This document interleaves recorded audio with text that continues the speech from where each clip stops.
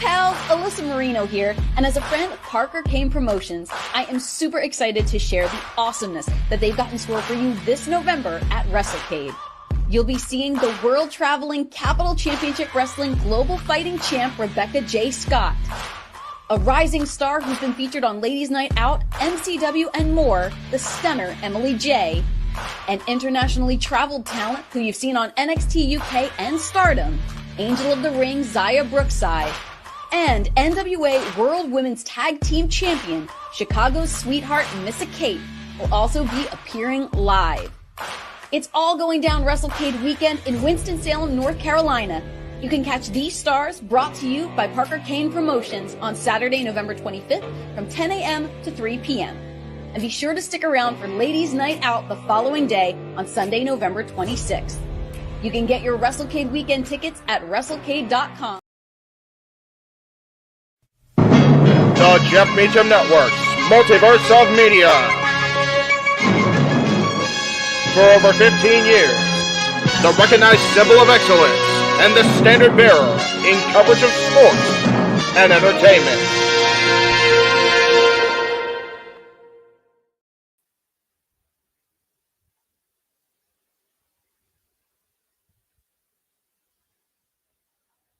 Ladies and gentlemen, boys and girls, professional wrestling fans, and sports and entertainment enthusiasts of all ages, we are gathered here today on this fine Tuesday for the Summer Sizzler, brought to us by WWE. Tempers are flaring, the intensity is rising, emotions reach a boiling point, and we'll see how him walks on the west side of things as we bring you a Jeff Meacham Network special live watch event with NXT Heatwave. And hello, everybody. For those that are tuning in for the first time ever, for those that don't know, I am the Simple Man of the Simple Brand and the voice of the JMN, and my name is Noah Foster. But I do not do this alone. Practically never. Because tonight it is not just about professional wrestling, damn it. It is about celebrating a birthday, damn it. Because this is his NXT. Damn it, he is the Renegade of Wrestling. He is the founder, the creator. He is the CEO of Casa de 18 Studios, JJ Williams. JJ, happy birthday, my friend, forevermore. I hope that you had a wonderful day. And how are you looking forward to tonight's heated festivities on your NXT, your center stage? Well, thank you very much for that, Noah. I greatly appreciate it. As you alluded to, this is my NXT, damn it. Bucky digress. You know what? It's my birthday. I don't digress today. That's fair enough. but to answer your question, man, it's been a good day. It's been pretty relaxing so far. I went and took in a movie that I was going to be reviewing this coming Saturday for my new release Saturday Renegades review. Went and saw the Teenage Mutant Ninja Turtles Mutant Mayhem.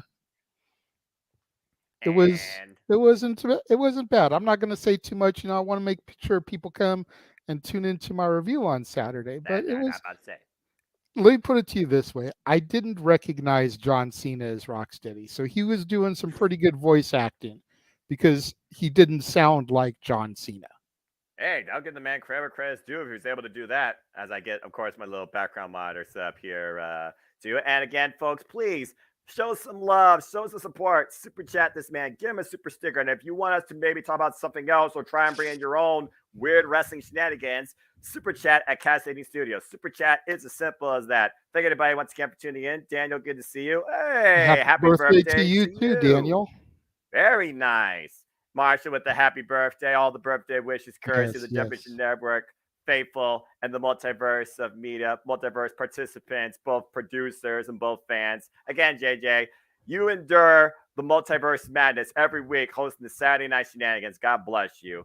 But I truly speak on behalf of not just the Jeff Meacham Network family, but the multiverse viewers too. We really do appreciate you and hope that you have a wonderful, happy birthday. Well, thank you very much, sir. I do appreciate that. And it's interesting that you brought up the Saturday Night Shenanigans that are open mic night because I have been steadily working on things for this week, especially since we're going to have not one but two episodes of open mic night this week. We're going to have the traditional Saturday Night Shenanigans that are going to have the more, for lack of a better term, serious topics. Of course. And then we're going to have a little happy hour on Sunday. And I've already kind of got the graphic ready for that one. Oh, boy. You know, I found out an interesting little story about why WWE hasn't gone to the UK in many years. We'll be discussing that since it'll air straight after All In.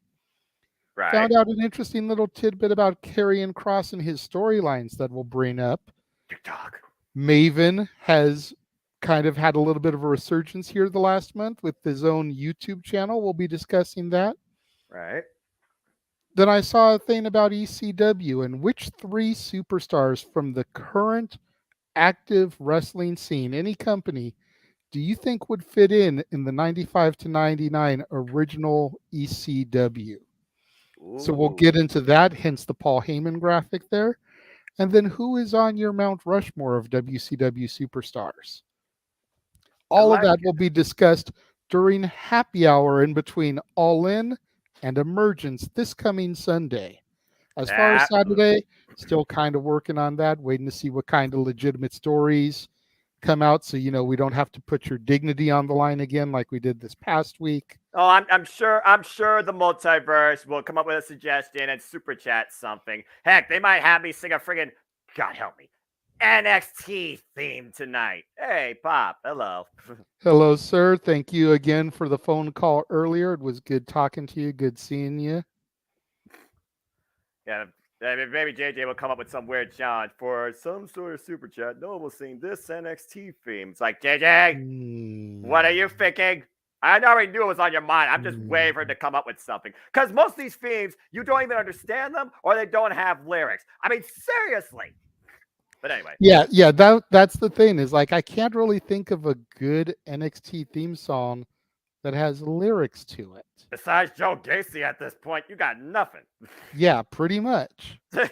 Pretty much. That's a very valid point. I didn't even think about his at first. Very laid back. There's actually a 30-minute extended version video. That's how much people like that freaking theme. I'm like, y'all are crazy. I'm sure that's not the only one. I'm sure if we searched hard enough, there's like an hour-long version of Joe Hendry's theme up there for you guys. I'd be happy!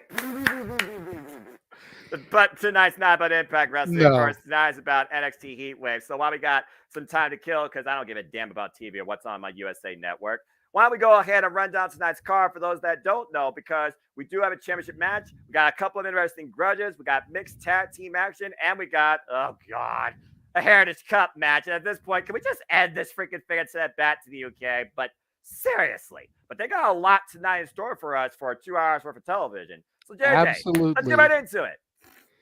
So we've got the first match we'll talk about is Von Wagner versus Baron Corbin. And again, this may sound weird because we always seem to ridicule Von Wagner.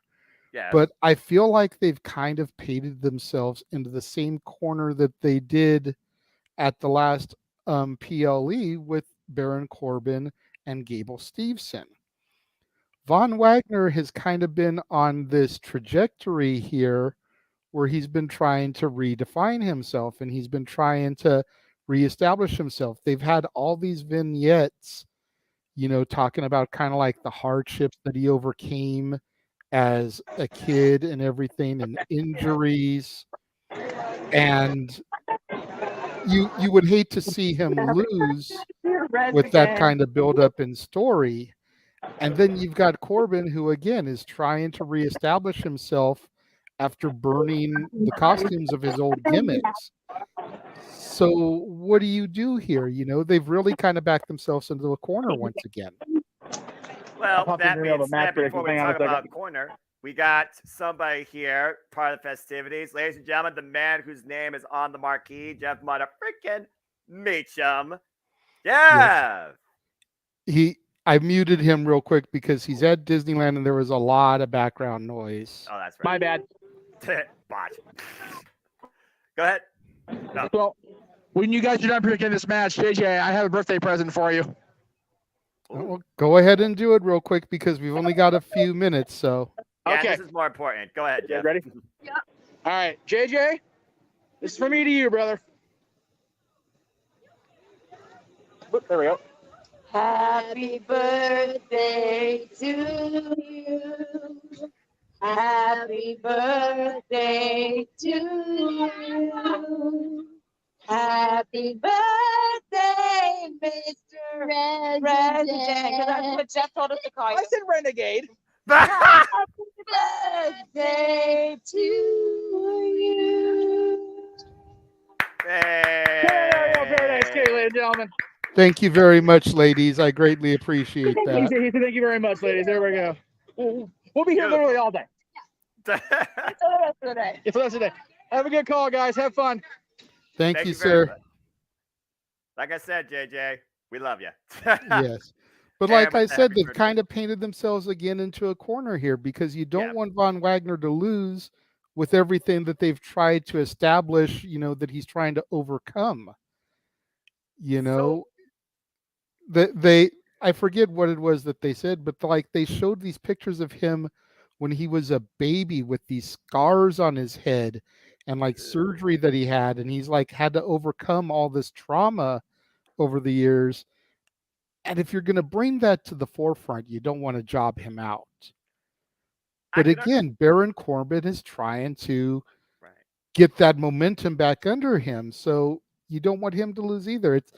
It's a bad place for them to be in booking wise. I just hope they don't take the cheap way out again like they did with Gable Steveson. I honestly don't think that's going to happen with this because when I looked at that, because yes, I look at highlights for Jada's NXT because I knew we were doing that.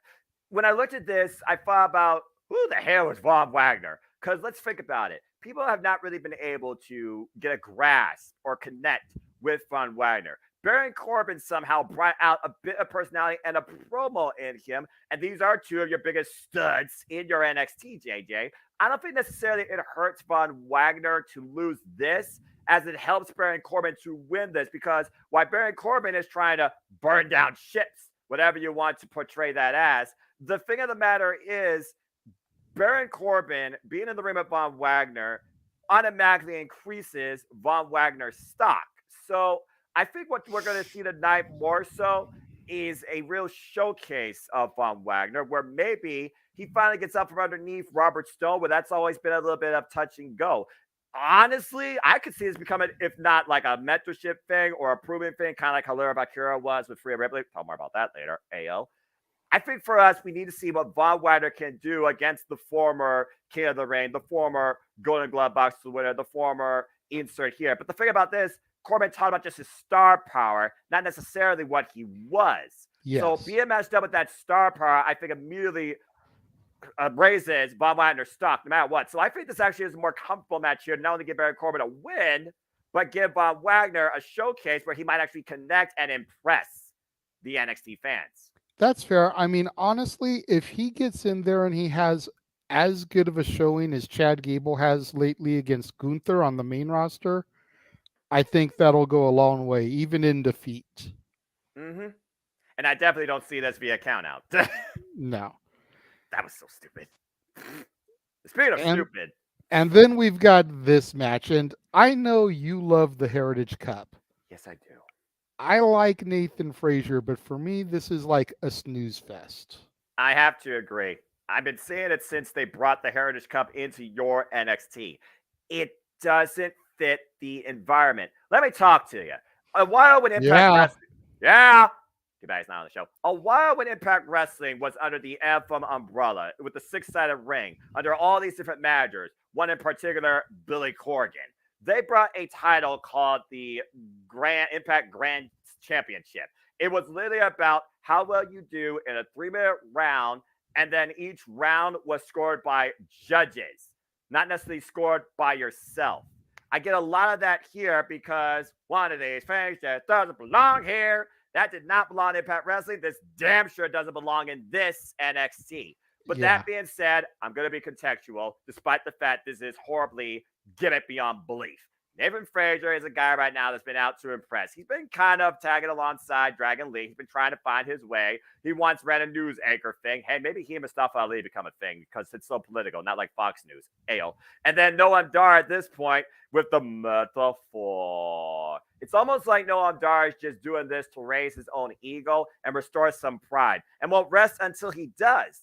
I think that both of these men right now are just trying to find their way, but they're relying too much on a brand that died and a relic from it.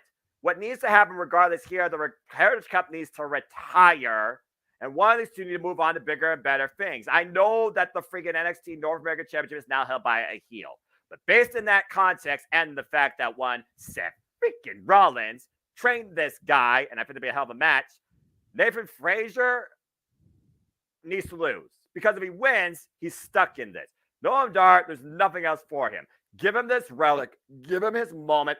Let him brag about it. Let him preserve it. Hell, let him take it back to Scotland with him and give Nathan Frazier something different. So just off the cuff booking and the fact you got the metaphor and 50-50 WWE booking logic, JJ, I think Noam Dar is going to shenanigan this one out and steal the win. I hope not, because Noam Dar has not impressed me a single lick since he came to my NXT. Whereas surprised. Nathan Frazier, every time I see him in the ring, I'm like, this guy is a future star. Right. I think that while I kind of agree with you to a certain extent that Noam Dar is nothing without the Heritage Cup, and if you want to be technical, he wasn't even defeated to lose it. Yeah. I think that Nathan Frazier really needs this more to put him on that trajectory, and maybe we can start to see Noam Dar doing something, I don't know, something else with metaphor. I know that the Schism is heel also, but I'd like to see a little faction warfare between the two of them. Since you've got Noam Dar, you've got Oro Mensah, you've got the two women, Lash Legend and Jakara Jackson. And over on the Schism side, you got, the former grizzled young vets. You've got Ava Rain. Like, I feel like there's something that can be worked there. Well, your NXT is a bit of a bizarre world, but considering we're getting close to the holiday of Bizarre, you might be onto something. But also, Schism is not just 4 roots, 1 tree. They got a ton of leaves. Metaphor doesn't have any other words or bodies to go along with them. It sounds like a losing battle to me. Fair enough. And speaking of the Schism, okay, in her first one-on-one match, oh boy, Ava Rain takes on Ivy Nile. I'm nervous about this one. Go ahead and you open up this. This is a little thing that's been going on for a minute here. Ever since the Schism and the Creeds had their rivalry and their feud, right? These two women have just been at odds. This is going to be a real test for Ava Rain because she has been protected thus far, only being in tag team action. Ding, ding. And Ivy Nile, while she doesn't get as much television time as some of the other NXT women, your Roxanne Perez's, your Tiffany Strattons, your Gigi Dolans, etc., she is a damn fierce competitor. Diamond in the rough, pun intended. Absolutely. And I don't think that it's what's the word I'm looking for? I don't think it's an accident. No. That Ava is in here against Ivy. I don't think so either. Either Ava's going to sink or she's going to swim. And Ivy, regardless, is going to be able to make Ava Rain look good. That's the way I'd look at this match, too, because you literally took the words out of my mouth. The key thing here, ladies and gentlemen, this is Ava Rain's first ever singles match in NXT.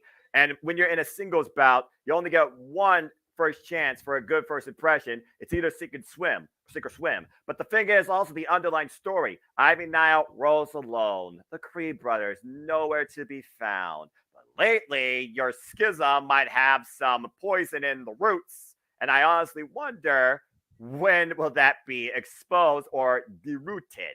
And I look I at have a that as feeling it'll well, be exposed tonight. which is why I do think they will protect Ava Raine, but I think Ivy Nile gets the win. And Ivy Nile, to her credit, she is a stud. She is a pit bull. She has been in the ring with freaking Michael Satomura. She is one of the strongest players I have seen, pound for pound, physically, in your NXT, that I don't think it's enough credit and enough showcasing.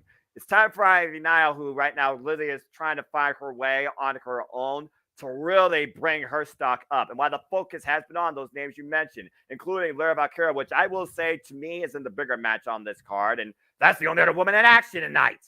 Yep. Besides Rhea Ripley Well, from Monday Night Raw. I was gonna say that's Monday Night Raw. That's not your NXT. Damn it, it was my old NXT. But so for me, I think Ivy Nile wins this, and you further the story with Schism.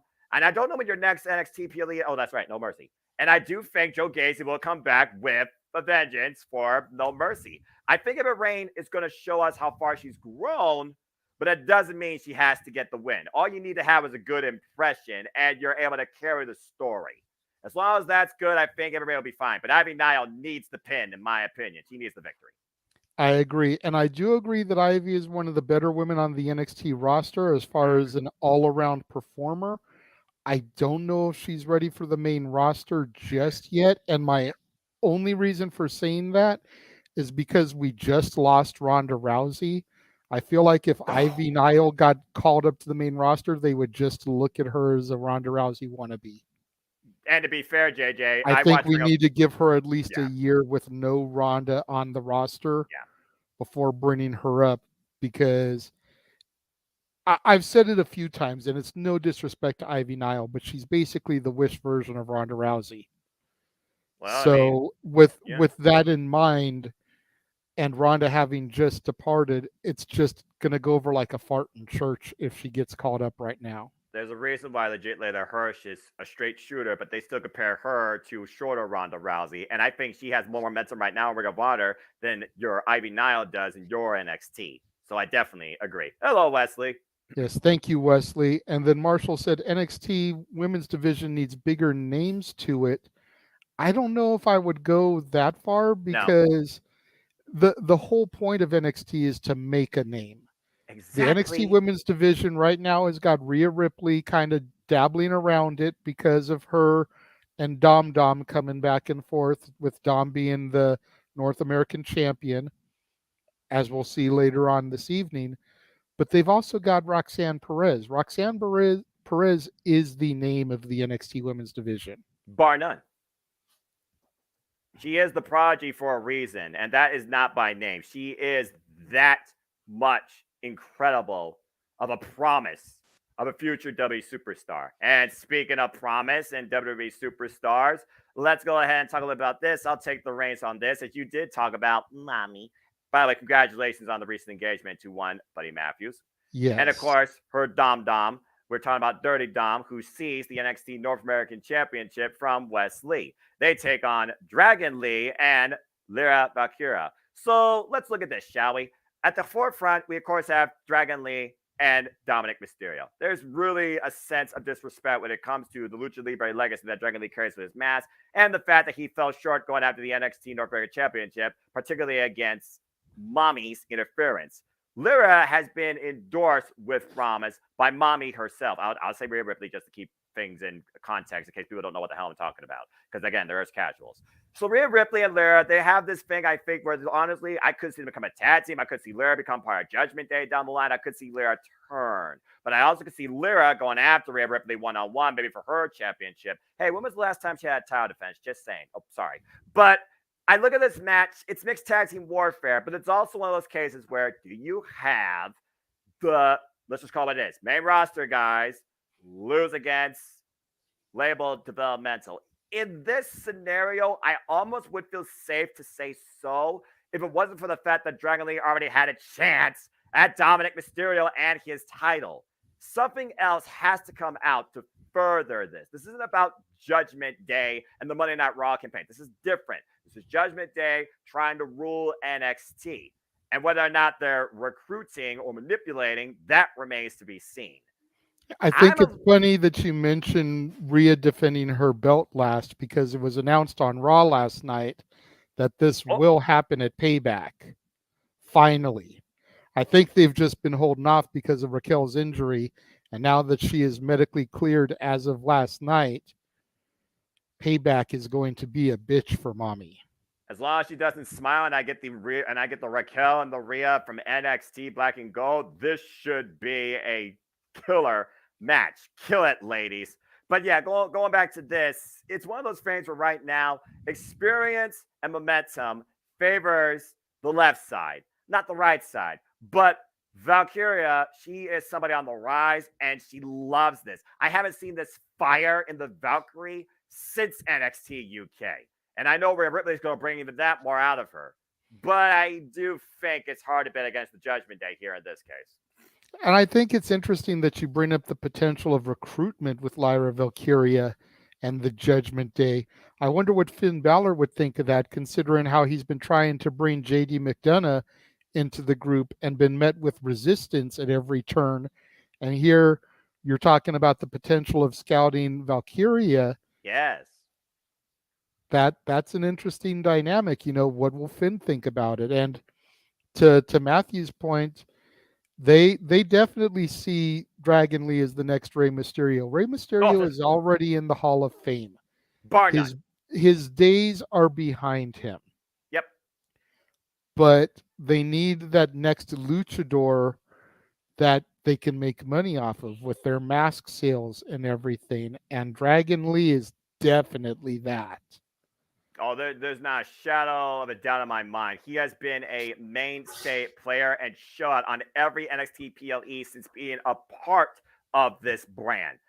So again, right now, Dragon Lee already had a chance against Dominic Mysterio in his NXT North American Championship. Lyra is somebody on the rise, and Mommy's going to further test her after Lyra got the better of Jessie Jane. And now that I think about it, Jessie Jane might not be done with Lyra either, and she might come into play. Mm-hmm. Favor right now for this decision, in my opinion, favors the Judgment Day.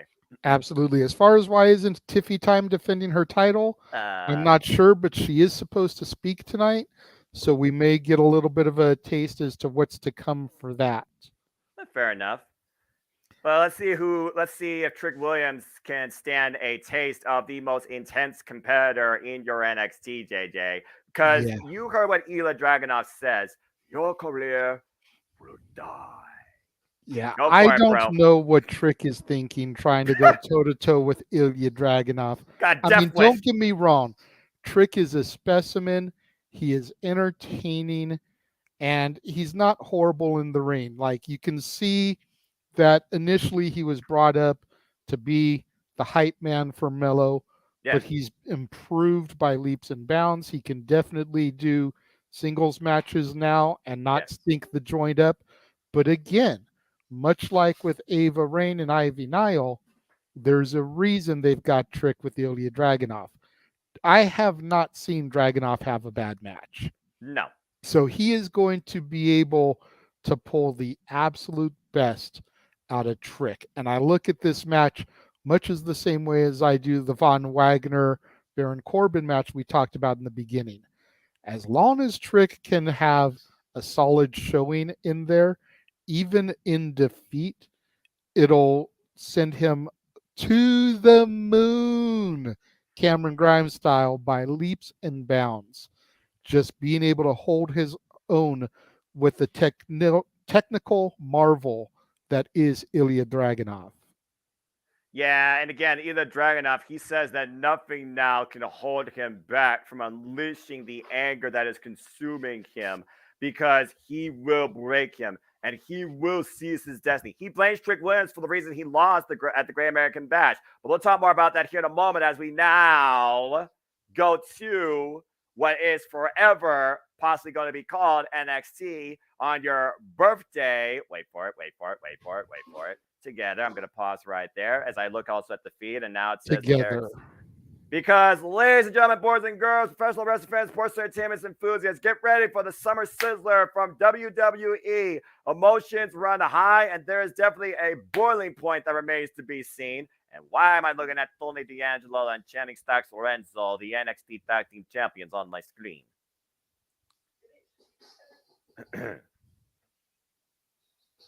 And friggin' comment, did he get a tan? Probably. Oh, splash. I'm going to tell you right now, I have never cannonballed in a pool. I will tell you that right now. But anyway, folks, welcome to our coverage here. This is NXT Heatwave. And hello, everybody. Welcome once again to another very special Championship Network Multiverse with me, a live watch-along event. You know what this is, for I'm the simple man of the simple brand and the voice of the JMN. And my name is Noah Foster. With me tonight, this is his NXT, damn it. He does not digress. It is his birthday, and his female and male superstars are looking to shine high tonight as we look at NXT Heatwave. JJ, this is your show. This is your brand. This is your fandom. Are you ready to go tonight? I am definitely ready to go, man. I am super stoked for this. I just hope it doesn't, disappoint. I think the matches are perfect. I think that there's a great mixture of talent. I do wish that the women's title was going to be defended tonight, but at the same time, we haven't really established a contender. You could say Thea Hale deserves another opportunity, but with everything that's been going on with her and Chase U, it just wouldn't make sense to put her in another match right now. You've got Roxanne, you've got Gigi, you've got JC, you've got so many other women, though. But like I said a few minutes ago, we're going to have Tiffany hit the ring and talk to us. So hopefully we'll know at least what's coming for No Mercy, which is just a little over a month away in Bakersfield, California. And of course, that'll be the next time that NXT will be a premium PLE on Peacock. And of course, we'll bring you that coverage here, folks, live exclusively on the Championship Network, Multiverse of Media. But that being said, that's September. This is August, and it's still a boiling hot summer. Good Lord Almighty. Speaking of boiling hot, talk about a pool party. Right. And you might as well get that out of the way because everyone's going to soon be going back to school. But I do wonder this whole idea of developmental mentorship, main roster caliber talent, who will bring the heat tonight, who will rise to the occasion, or who will burn in someone else's light. As this is NXT Heatwave, and it comes to us from, seriously, could they not do like on a beach or by a pool or something special? You would think your NXT would do a little bit more personality type stuff, JJ. I'm just saying. It's not like they're too far away. I totally agree. Oh, shit. We're starting off hot and heavy as Ilya Dragunov makes his way to the ring. Well, JJ, it looks like our free banter and criticism is over because we're about to watch somebody that is truly Umba Sinkbar, the guy with an unbreakable will, and many people thought should be not only the main event, as I see in the chat. Hello again, everybody. Please like, subscribe, comment, tell a friend. Dictate the conversation. Super chat, Casting Studio. Super chat, simple as that. Many believe this man should be right now the NXT champion. But again, was that his emotions that got the better of him? That Torpedo Moscow into Trick Williams inadvertently head first into the NXT championship allowed Carmelo Hayes to hit nothing but net. He scored when he had to, and he still is the NXT champion. We'll see him, of course, in the main event. But now I look at Ilya, and he's going back to what I remember in NXT UK. The fire in his eyes that burns inside with those red lenses. He is not being held back at all tonight, and he's not pulling any, pun intended, tricks against Trick Williams. He's looking to break him. Yeah, absolutely. And I still got to say, man, it's just an aesthetic, but the goatee on Dragunov is killing me. It looks so weird on him. I agree. just a subtle appearance and a change in attitude. But again, Trick Williams, this is, like you said, a mainstay. Trick Williams is calling his shot. Let's call it what it is. Remember, Dragunov called him out. He wanted to break him then. But Trick Williams personally gave Ilya the opportunity because he's out to prove something to himself. Now he's no longer alongside Carmelo Hayes. He chooses to fly solo because he's out to prove that he is, pun intended, not a sidekick.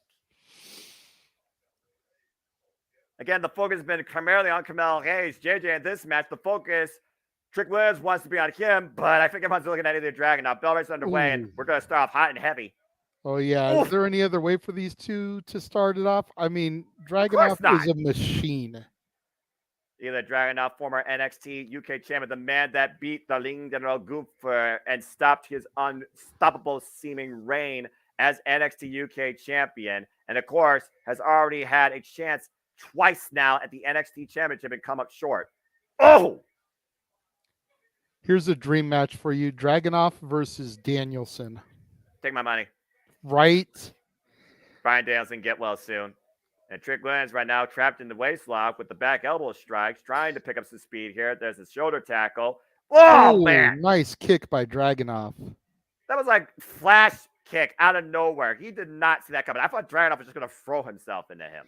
Yeah, I don't think Trick is going to see damn near any of Dragunov's offense coming. You know, he is so stealthy in his approach with stuff. Dragunov is just one of those guys that can hit you with any maneuver, any way out of any situation. Trick really needs to be on top of his game here to prove that he's worthy of being in the ring with someone like Dragunov. Go to your point, Trick Williams so far, it's one of those things where if you're trying to prove yourself, you have to endure, and then you have to thrive, and then you got to get on the rise. Trick Williams right now trying to get back up just to a vertical base in the corner. Oh, God. Those chops. Again, not as heavy as Gunther, but still probably just as effective.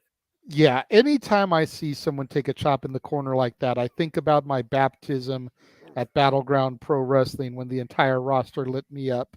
And it still makes me just like get that pain in my chest. Trick Williams finally delivering some offense of his own with these forearms right now. We got a forearm exchange here. Trying to get a little bit of separation there. Well, I mean, do you want to separate yourself from Ilya, or do you want to stay on the attack? Like, what's the best strategy when you're facing either Dragunov? Oh! Well, you definitely want to stay on the attack and keep the momentum going when you have it, but Dragunov's been dominating the early going, so you need to get a little bit of separation just so you can mount your offense. It's the double-edged sword there. Whoop, went for Constantine. Trick Williams scouted, though, caught Ilya coming in. Swing and not a miss, but I do want to Trick Williams hurt himself in the process. Take a look at the replay here, JJ. Beautiful drop kick, by the way. Going to the outside. On the outside of the ring. Now, I feel this is Ilya Dragunov's domain. Oh, my gosh. Beautiful German suplex there. On the floor, JJ. On the floor. And you see, again, look at the intensity in Ilya Dragunov's eyes. One of the three eyes by Olympic gold medalist Kurt Angle, another hell of a submission wrestler. Yep. Integrity, intelligence, intensity. As we go to you right now for our first what's called pitcher, but don't go away, folks. We'll keep you in tune with the action. Again, for Trick Williams, he's not the guy nobody's talking about. We're talking about him, Camille Case, who of course will be in the main event defending the NXT Championship against Wes Lee, the former longest reigning NXT North American champion. And of course, we still have mixed tag team action to come as Judgment Day's Rhea Ripley and Dirty Dom, Dominic Mysterio, take on Dragon Lee and Lyra Valkyria. Of course, right now, we are looking at Ilya Dragunov, who is trying to basically break any obstacle that could stand in his way going forward in trying to finally claim the NXT Championship. And right now, he's just wearing Trick Williams down, trying to suck the life out of him. You see, he still had him in that headlock. The rapid-fire punches that he gave to him while he was still on the ground, a big boot to the face, clubbing blow to the back, like he is just trying to suck and drain the life out of Trick, take away his will to fight, and possibly even his will to live. Well, I mean, again, he did say his career will die. He honored, quote unquote, his unusual request. But I wonder if you're regretting it right now, Trick Williams. Was it better to just, take a powder and persevere yourself for another day, maybe level yourself up first? Because right now, this is one of those like top level bosses, I would say, in NXT. Oh, yeah. Definitely. You see, Trick still has a little bit of strength in them, though, the way he was trying to counter and hold on to those verticals, not letting Ilya snap suplex him. And then he just chopped him down like a redwood and then ran him with the knee. Is that enough for the Dragunov? Hook of the leg too? No. Nah. Nah, it's not going to end. They're not going to end the match when it's in picture-in-picture. Nah, you kidding me? We're going to humor that would be hilarious. Can you imagine WWE do that as a first? That'd be freaking hilarious. And right now we got I think that's a sleeper hold sleeper hold. Slide of the neck right now. Ranching Trick Williams. Again, just trying to drain the life energy out of Trick. Matt Helms, good to see you. Appreciate you all again for tuning in. Please like, subscribe, comment, and tell a friend as before. And again, this is for the Renegade's birthday. So give him a happy birthday wish too. Show him some love with a super sticker and a super chat if you can as well.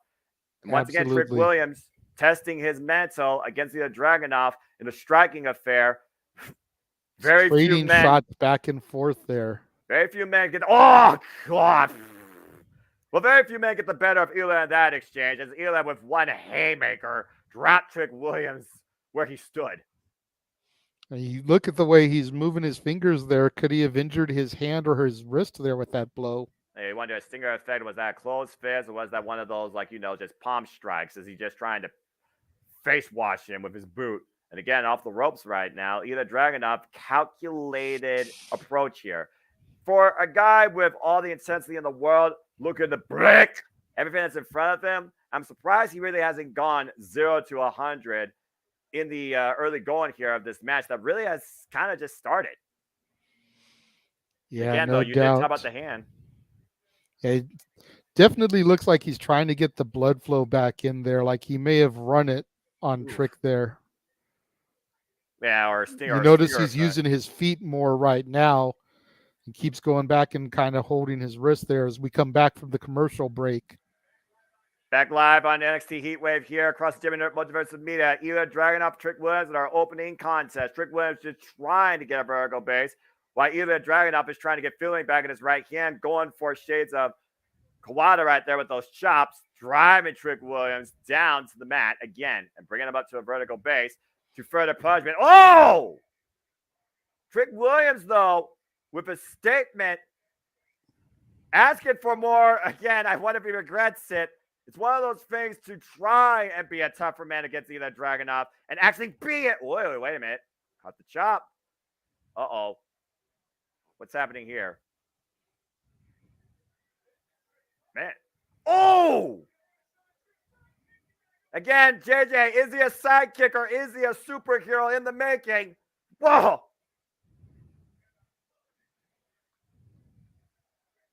Oh my gosh, and dropped him again. Both men down on the mat. Technical difficulties, folks. Again, just stay tuned as we get back here once again here in a moment once we figure this stuff out. There we go. All right, good deal. Both men down. Referee checking on both men. We apologize for that. Some technical difficulties on our end here. Well, again, if Mother Nature's not ruining your day, technology is. Tell me when I'm telling lies, JJ. You know what it is. I still wouldn't trade this for the world, man. Getting to call this with you. Same, brother. I really do enjoy trading those shots. Trick really trying to get a little bit of fire back in him. Whoop. Spinning back fist missed, JJ. And once again, Eli rocked up against the ropes by Trick Williams. Throwing hands. Nice kick to the face. Throwing hands, throwing boots, throwing everything he can to try and beat Ilya Dragunov tonight at Heatwave. But Dragunov saying just bring it. Keep bringing it. Well, again, this is Ilya Dragunov. Again, what did he say against Dijak? Pain is inevitable. Suffering is optional. And at the end of the day, he was the last man standing. Dijak hasn't been seeing anything major since. And either right now, what's it going for here? Picking up the ankle. Oh, nice single leg up kick by Trick Williams. I see shades of Booker T when I look at Trick Williams a little bit. I don't know about you. Oh, big flapjack. I can see that. I also see a little bit of JTG. Oh, wow. What a running knee strike. Is that enough for the win? Oh. Nope, not enough. I see a little bit of JTG with his attitude. Look at this shot, JJ. Bam! Ooh. He literally turned the Dragunov upside down with that running flash knee strike. Running knee for the near three. And for the first time, really, Trick has had control in this match. And no kidding. Oh, put him out there. Oh, counter into a DDT. And now Dragunov, another DDT, and still holds on to the head. Now rolls his body into the cover. Trick throws him off. He still has enough energy within him. An act of defiance. You got to wonder if somebody with the expertise of Dragunov is starting to get frustrated here. You would think that somebody like Trick would go down easy for a technical marvel like Ilya Dragunov. Again, this is Trick Williams' moment. This is Trick Williams' test. This is Trick Williams' trial by fire, pun intended, as it is Heatwave tonight, against one of the absolute best, like you alluded to. And I think Ilya Dragunov is realizing Trick Williams is not so easily put down. He may not be on Basink Bar, but he definitely has fire in his soul. And oh! A rock bottom from the top rope there. I haven't seen him use that. Lateral press, hook of the leg is enough here to win a Heatwave. Oh my God. That was like 2.999. I seriously thought the ref hit the mat with that 3. It doesn't get closer than that without the bell ringing, and there hasn't been a more perfect time this match so far to say that. Trick Williams, if nothing else, is proving to you all that he can hang with the best. But again, can he beat them or break them? Oh, went for the cyclone kick. Oh, no. Oh! Got hoisted into the German suplex and then a kick to the back of the head by either Dragunov once again, going for the front headlock here. Just deadlifted him with that German. There was no jump from Trick at all. Ooh, slipped there. Deadlift, dead weight, or stinger. You tell me. Again, you talk about the damage to the right hand, but again, it's Trick Williams right now, dead weight. Power bomb connects Shades of freaking Gunther and drops the elbow. Cover. It's enough here. No. Wow. And the look on Dragunov's face, going back to my point a little bit ago, is he getting frustrated? He usually can put his opponents away with ease. But somebody like Trick Williams, it should not be this much of a challenge for Dragunov. I agree. I can't believe what Trick show me. And that's no disrespect to Trick. No, not at all. Uh-oh. He's going to drop the bomb. Oh, my God! Rolled through, falls on top of Trick. 1, Cover. 2, 3. He dropped all of Russia with that final forearm from the top rope, JJ. That's what it took to finally put down Trick Williams. A stellar performance by Trick Williams tonight, who definitely took the moment as much as he could, but Ilya Dragunov proves once again nothing, and I mean nothing, will stop him from achieving his destiny, and that is still to become the NXT champion. I thought that Trick had him here, though, with that knee strike more than anything else. That was insane. Man, that was a hell of a matchup. You know, I had my doubts with this feud if Trick was going to be able to hold his own with Ilya Dragunov, and by God, he proved to me that he is man enough to be able to get in the ring with some of these guys. I would not be surprised to see them start pushing him to potentially dethrone Dirty Dom after that match. If nothing else, his stock went way up tonight. He may not be him, but NXT Universe, I think, definitely knows Trick Williams. Courtesy of Ilya Dragunov giving you a full-on clinic firsthand. And you see, again, Ilya Dragunov grasping. I don't know if he's grasping necessarily the right hand or the left arm. I do wonder, though. We're going to get a sign of respect. Yeah, I was going to say, you notice he's still waiting in the ring. He hasn't taken off yet. No. Yeah, he's nodding his head, kind of like a little show of respect there as we go backstage to Tyler Bate, the big, strong boy. I'm just going to keep my mouth shut right now before I go into a rant. Nathan Frazier with his wannabe Flash outfit. Maybe that's what endears me to Nathan Frazier, is his outfit so reminiscent of the Flash. Urge to rant rising. Anyway, yeah, you're kind Save of it for a commercial break there, Noah. I'm fine. I'm fine. I'm fine.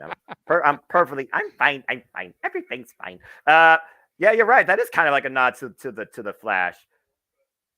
But again, Nathan Frazier with the actual Heritage Cup, not the quote unquote fake Heritage Cup.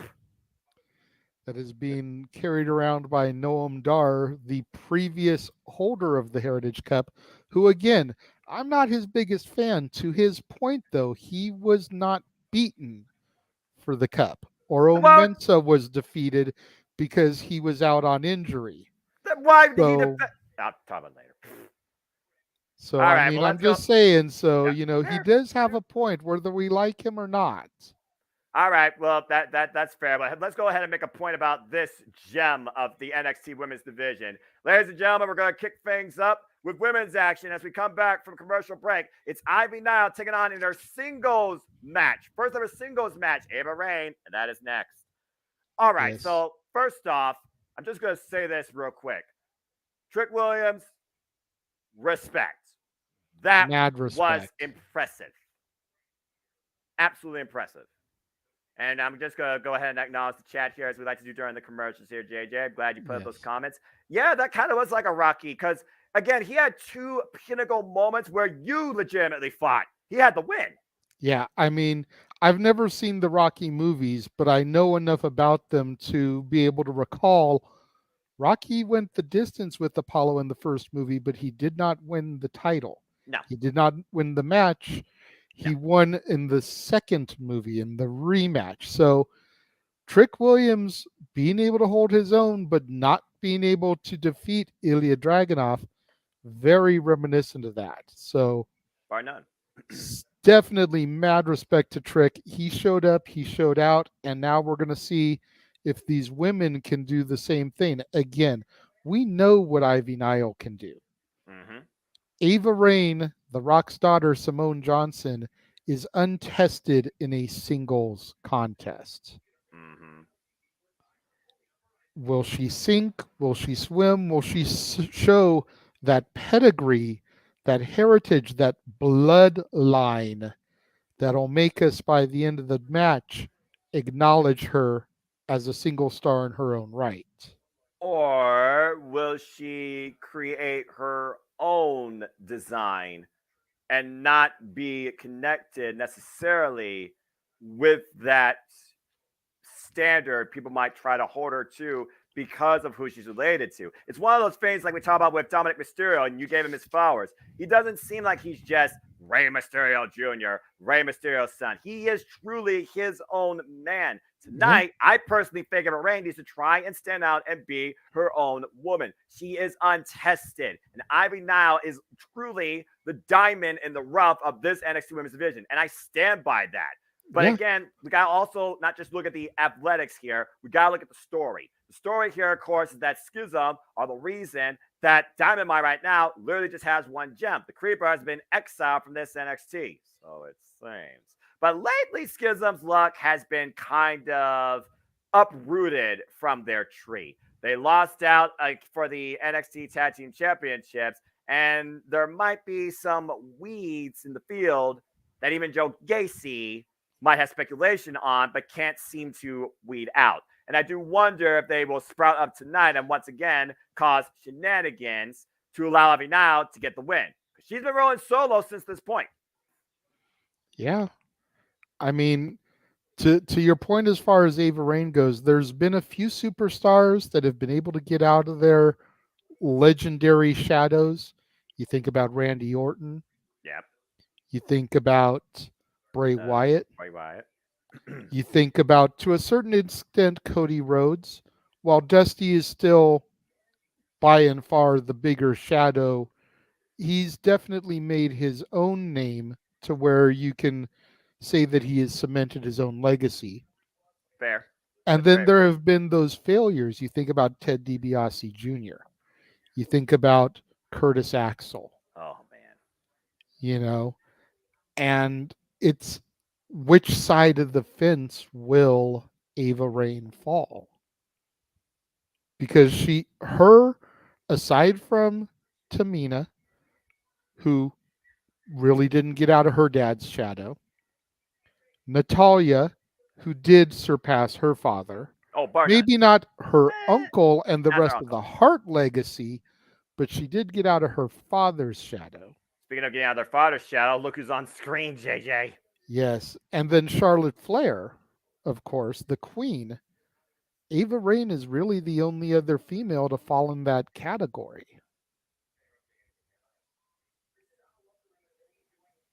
As we took a look at Mustafa Ali. That's why I'm being quiet. I love Mustafa. He has totally won me over with this coming down to NXT. I'm glad I missed the retribution phase, because everything I have seen of Mustafa since I started watching a year and a half ago, I have loved the shit out of this kid. He's got so much heart, and I just want nothing but great things for him. Well, I'm just glad to see that he actually has a character and a dynamic that seems to stick, at least for the time being, because for the longest time, he was floundering. So, to your point, yeah, Mustafa Ali, former WWE Cruiserweight champion, and then kind of just been playing juggle creative. So, again, we'll see what happens here soon enough. Oh, good grief. Here comes a bad heartbeat. And that could only mean one thing. 4 roots, 1 tree. Someone cut the roots out from underneath this tree, please. 4 roots? Good grief. Look at this friggin' entrance. How many of these things are there? I'm telling you, be careful, because 2 of those roots, 2 of those branches have been acting sort of like double agents in recent weeks. You know, could it possibly be the creeds under those masks? We shall find out. I'm almost willing to bet we'll find out tonight. Why do I feel like I'm on an acid trip looking at this Titantron entrance? Anyway, entrance wise and presentation and everything, you got to give it to the Schism. They are so good. Their message may be askewed, but you think about presentation, and they have the presentation of stars. Would it translate to the main roster? We'd have to find out down the road as the bell rings and Ava Raine takes on Ivy Nile in her singles match debut. Yeah, but again, you might as well call it a lumberjack match, because all of Schism is at ringside, surrounding 3 sides of the ring, including a bunch of masked individuals, male and female, for what it seems. And Ava Raine demonstrating her strength so far of a ridiculous power slam and a second. Another one. But again, you talked about yourself. I mean, we have not seen Ava Raine in this capacity. She's had what? 2 actual showings in ring, and they were under tag team capacity, mixed tag team capacity, for being honest. Yep. And so far, Ava Raine seems to be the size difference here between Ava and Ivy. Like, I didn't realize how short Ivy was and how tall Ava was until this match. That 2 count. Yeah, about to say, this is I don't want to say it is, but it almost is the proverbial David versus Goliath. Yeah, no question. And with that kind of presentation, you know, you would almost expect David to win, but are they going to job Ava Raine out in her solo debut? Or, as you've been alluding to, oh my God! Nice kick to the head. That's a high kick and a half that Taiji would be proud of in New Japan. An Irish whip, Ivy now off the ropes. Oh, well, that was a bit innovative right there by Ava Raine. Scorpion kick from the side, cover. Shinsuke Dakota Kai gets a 2 count only. As I was trying to say a moment ago, it is one of those things where, yeah, you would think about in the Bible, David beat Goliath, but in storytelling, again, right now, Schism is in Ivy Nile's mind, or at least has Ivy Nile's attention. You could say that inadvertently, Ivy Nile has gotten the better of the Schism with just her presence. That's why they're not the NXT Tag Team Champions, thankfully. But like you said, are there some roots in this tree that need to be basically plucked? And will they show up tonight? Will they sprout tonight? Ivy Raine. Oh, wait a minute. Ivy Nile, the counter. Might be going for that submission. That submission, JJ. And she got it. She got the tap out. And that's it. Wow. Quick furrow fashion. Ivy Nile wins via submission. That's surprising with all of those Schism roots on the outside of the ring there, the branches, that none of them tried to come in and help. Well, right now, Ivy Nile is holding Ava Raine hostage in that submission hold and is looking to take on Superman punch. I don't think German she can win. suplex. There's too many. The numbers game. Oh my gosh. I will give Ivy Nile credit, though. She is holding her own here and still is not done with Ava Raine, as a couple are finally pulling her away. We talked about before, JJ. Ivy Nile won the match, but look who's smiling. There is no love lost with Ivy Nile and what happened to her brothers in the Creed brothers. And speaking of going backstage, either Dragunov and Wesley. Oh. You ain't wrong about that, Matthew. Oh, for love of Pete. I'm just saying. All right. You know what? Have your cake, have your peaches, have peach cake if you want. Y'all do your own thing. I'm going to look at the actual wrestling. Yeah. Y'all freaking bloody. Aren't you the one that simpletons. sang Peaches on open mic night one week, Noah? Because someone super chatted my dignity and I'm a freaking voice of the people. Damn you all. Damn it. Yes, I know. Damn it.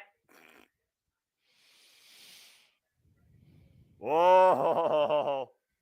Look at the eyes of Ilya Dragunov with that comment by Wesley. We might not be too far away from the west side taking on the dragon. But for now, here comes, oh, good Lord Almighty. Ladies and gentlemen, the metaphor. As it looks like it is time for our NXT Heritage Cup match with Nathan Frazier defending against Noam Dar. Supernova. And he's got the entire metaphor in the corner. I think you're onto something there, Matthew. I think you're onto something there. One's carrying up it. Well, I mean, okay, maybe you might be onto something, but JJ, your schism group is literally about inclusivity, peace, man, as if they're trying to take us back to the damn 60s with incense and peppermints. So again, maybe you all are going too much into it. Maybe you all are just right about it. I mean, think about it. Think about it. For them to be able to grab her so easily, she would have to trust and believe that they are with the schism. But then once they get her to the back and they reveal who they truly are, now you have kidnapped one of the roots. All right. We'll see if anything else develops tonight. As coming in like the Flash, Nathan Frazier, our current NXT Heritage Cup holder, with Tyler Bate as his corner man. Again, we'll see if the schism story develops. We'll see what sprouts from this. You know what? We will see what happens. I mean, I think the realistic end game is that they've got to do something where the former grizzled young veterans get booted out of NXT, because we know that their contract is expiring. I want to say the beginning of October. They asked for their release and were denied it. Right. So they are stuck with NXT until their contract expires. It just makes sense to build to something where they end up the loser leaves town style match or something. I suppose that's true, as we'll see how this thing builds as round one's underway. Again, folks, for those that are tuning in for the first time, this is NXT Heatwave, and you are seeing a Heritage Cup match. The rules go as follow. They are 6 3-minute rounds, 20-second breaks between rounds. 2 out of 3 falls, and that person wins the Heritage Cup. Falls can be scored via pinfall, submission, or countout. And when a fall occurs, the round ends immediately. Disqualification or knockout ends the match. After 6 rounds, the most falls wins, and the champion can retain the Heritage Cup if this ends in a tie. Yeah, and right now it looks like Noam Dar has got some control over Nathan Frazier, but for how long? Again, the numbers game. Noam Dar has the numbers game. Nathan Frazier has to be aware of that. 2 minutes on the clock left in the first round. But so far, 1 minute in, and right now, neither men have really been able to get a grip on the other. But Noam Dar already exercising the mind games, bringing Nathan Frazier down to the mat, trapping the left arm. Oof! Hyperextending it. And Nathan Frazier right now. Oh, yeah, the lateral press. I know it's happened in the past, but you got to assume that the first round is going to be a stalemate. It's the proverbial feeling out process. As somebody who watched the Heritage Cup in its greatest legacy in NXT UK, I have to back up your point. You're absolutely right. Most of the Heritage Cup matches that were heavily contested did not even get a decision, if you were lucky, to the 3rd round. And something tells me with Noam Dar's familiarity and also his sneakiness, he might honestly try and pull out something by round 2. But JJ, let's go ahead and put your thoughts in here. So, Heritage Cup, it's not boxing, it's not UFC, it's not the Impact Grand Slam, but it is a match of pace. It is a match of strategy. It's not necessarily an Iron Man match either. We don't got to worry about an buzzer, Dolph Ziggler, Seth Rollins, every 10 seconds. So, when you look at this match, knowing that it could go up to 6 rounds, would you exercise a strategy where you would try to get the first fall sooner rather than later, or would you try and, take your opponent the distance and look for a decision in the later rounds? That's a good question. I think it just depends on each situation, depending on who your opponent is, depend on your strategy. I think the best logic is to try to wear down a body part so that you can get a submission maybe in the 3rd or 4th round and then immediately get another submission on the same part. You saw a couple of quick exchanges there, and then a cheap shot by Noam Dar that just turned Nathan Frazier up to 11. As right now we just got a ground and pound. He's just trying to get a cover. 3 seconds. Again, Noam Dar just trying to cover up, and there's the bell. Round 1 ends with no decisions. But you see, look at the picture here. Nathan Frazier realizes Noam Dar got into his head. He lost his temper. As we go to the rest of our party, picture in picture. Okay, let's go ahead and take a look at some of the thoughts here in the chat. So the peace sign one, what you talked about. Noah, you need to call AEW Full Gear, but you can relax and chill for a bit in November. Of course. AEW! Because I am somebody that loves professional wrestling. And I'm just going to say this right now. Congratulations to WrestleMania on your incredible assault. Congratulations to AEW on your record-setting, industry rising, sell-out crowd attendance that will be in Wembley Stadium. The bottom line, folks, appreciate and be happy that the industry is thriving. Don't be one of those that simply picks a side, believe they're the better thing because this one has 57 years of legacy. Oh, but this one did this in 4 years. Who gives a crap? They're both succeeding. Be happy as a fan. Enjoy the fracking industry. Thank you. Exactly. Anyway. The match is back on now here in picture. Ooh, Noam Dar went for a kick. Nathan Frazier underneath it. Nice headlock takeover there, grounding Noam Dar. We're 30 seconds into round 2. And again, I think about the Heritage Cup winners. I go back, cover. Oh. Still maintaining the control in the headlock, though. Yeah, but we talk about all the time with submissions, JJ. You risk yourself being trapped or rolled up in a cover. We've seen it countless times with individuals. Remember Shayna Baszler? She lost the freaking Raw Women's Championship at WrestleMania 36. But I digress. And right now we got a headlock here. And Nathan Frazier, again, we see these type of escape all the time from this hold. There's the vertical stand and the slip out. Oh, and a nice drop kick. That was a nice follow-up.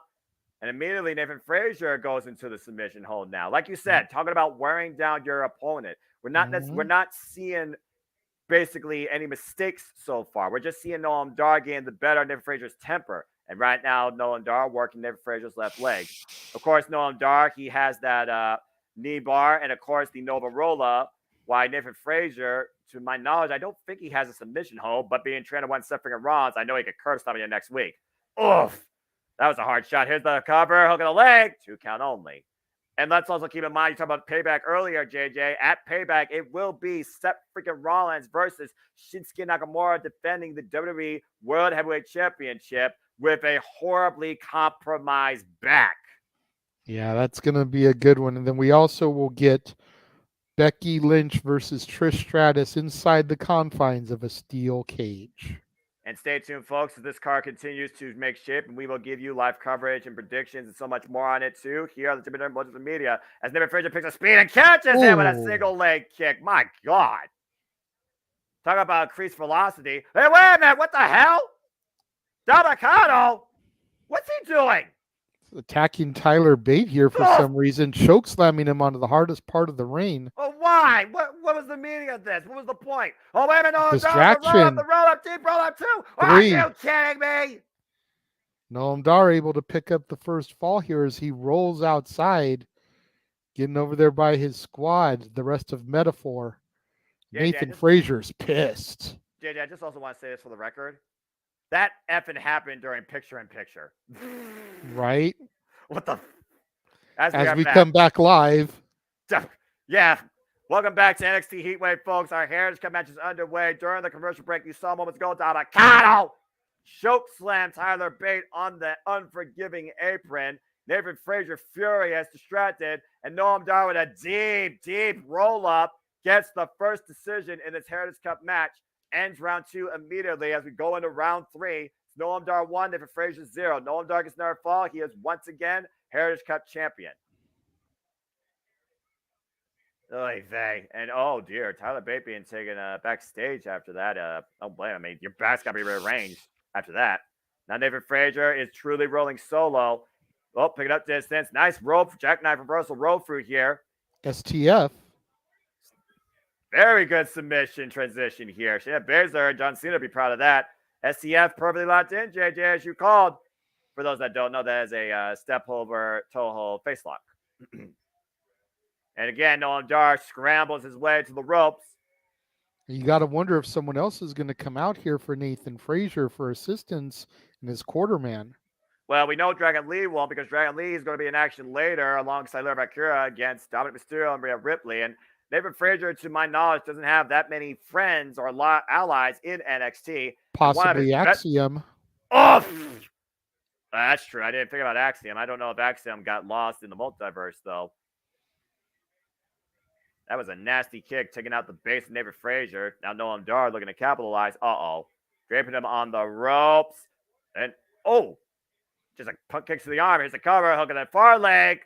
Thought he was going to hit that Randy Orton-style DDT there, having him stretched up on the ropes like that. I'm not necessarily sure if that fake out played to Noam Dar's advantage or disadvantage there. It's one of those things right now where Noam Dar knows he's in the driver's seat, so he honestly might be playing with his opponent, trying to embarrass him. Remember, it's Nathan Frazier that, like you said, took the Heritage Cup from him, quote unquote, not Carmelo Hayes, but one of his members of Metaphor or Mensa, when Noam Dar was not medically clear to compete. And at this point, I feel Noam Dar is out to send a message and make a statement at the expense of Nathan Frazier, as we are just over a minute left in round 3 here. Oof. Drive that arm down into the mat. Same thing with the other side.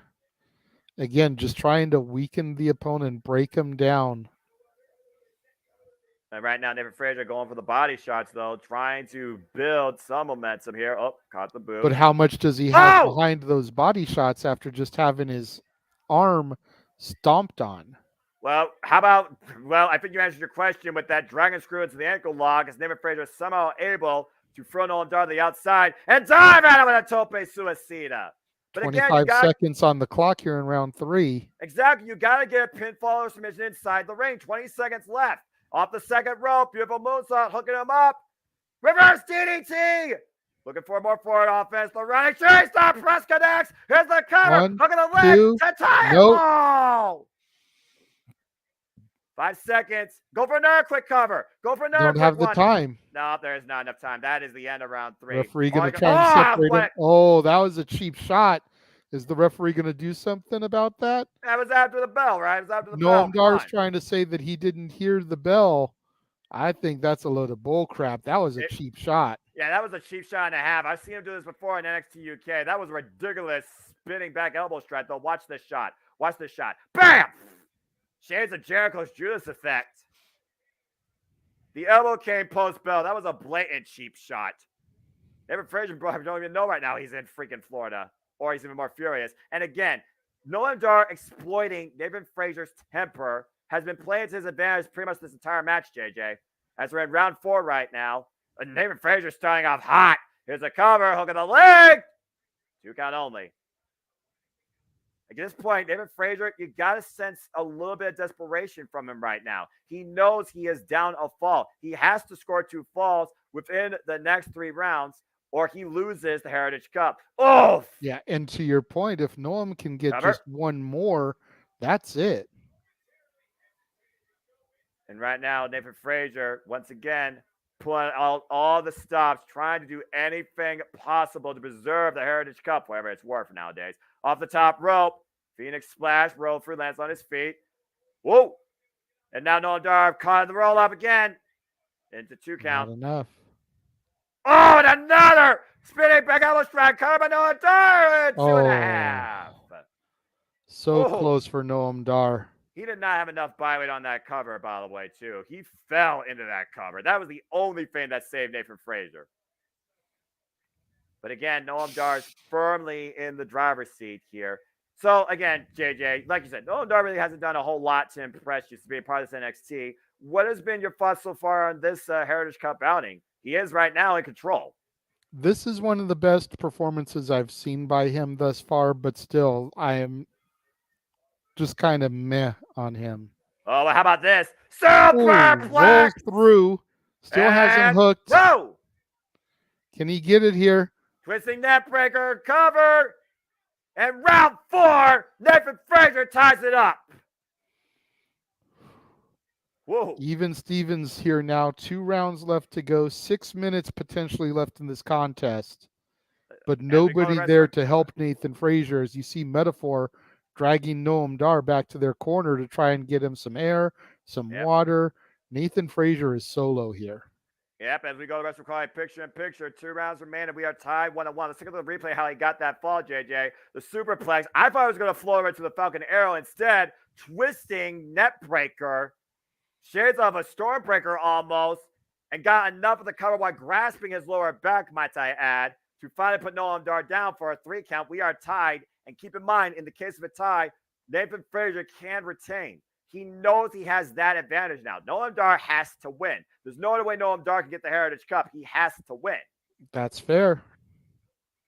Let's go ahead and take a look at some of your thoughts here. See what y'all got here.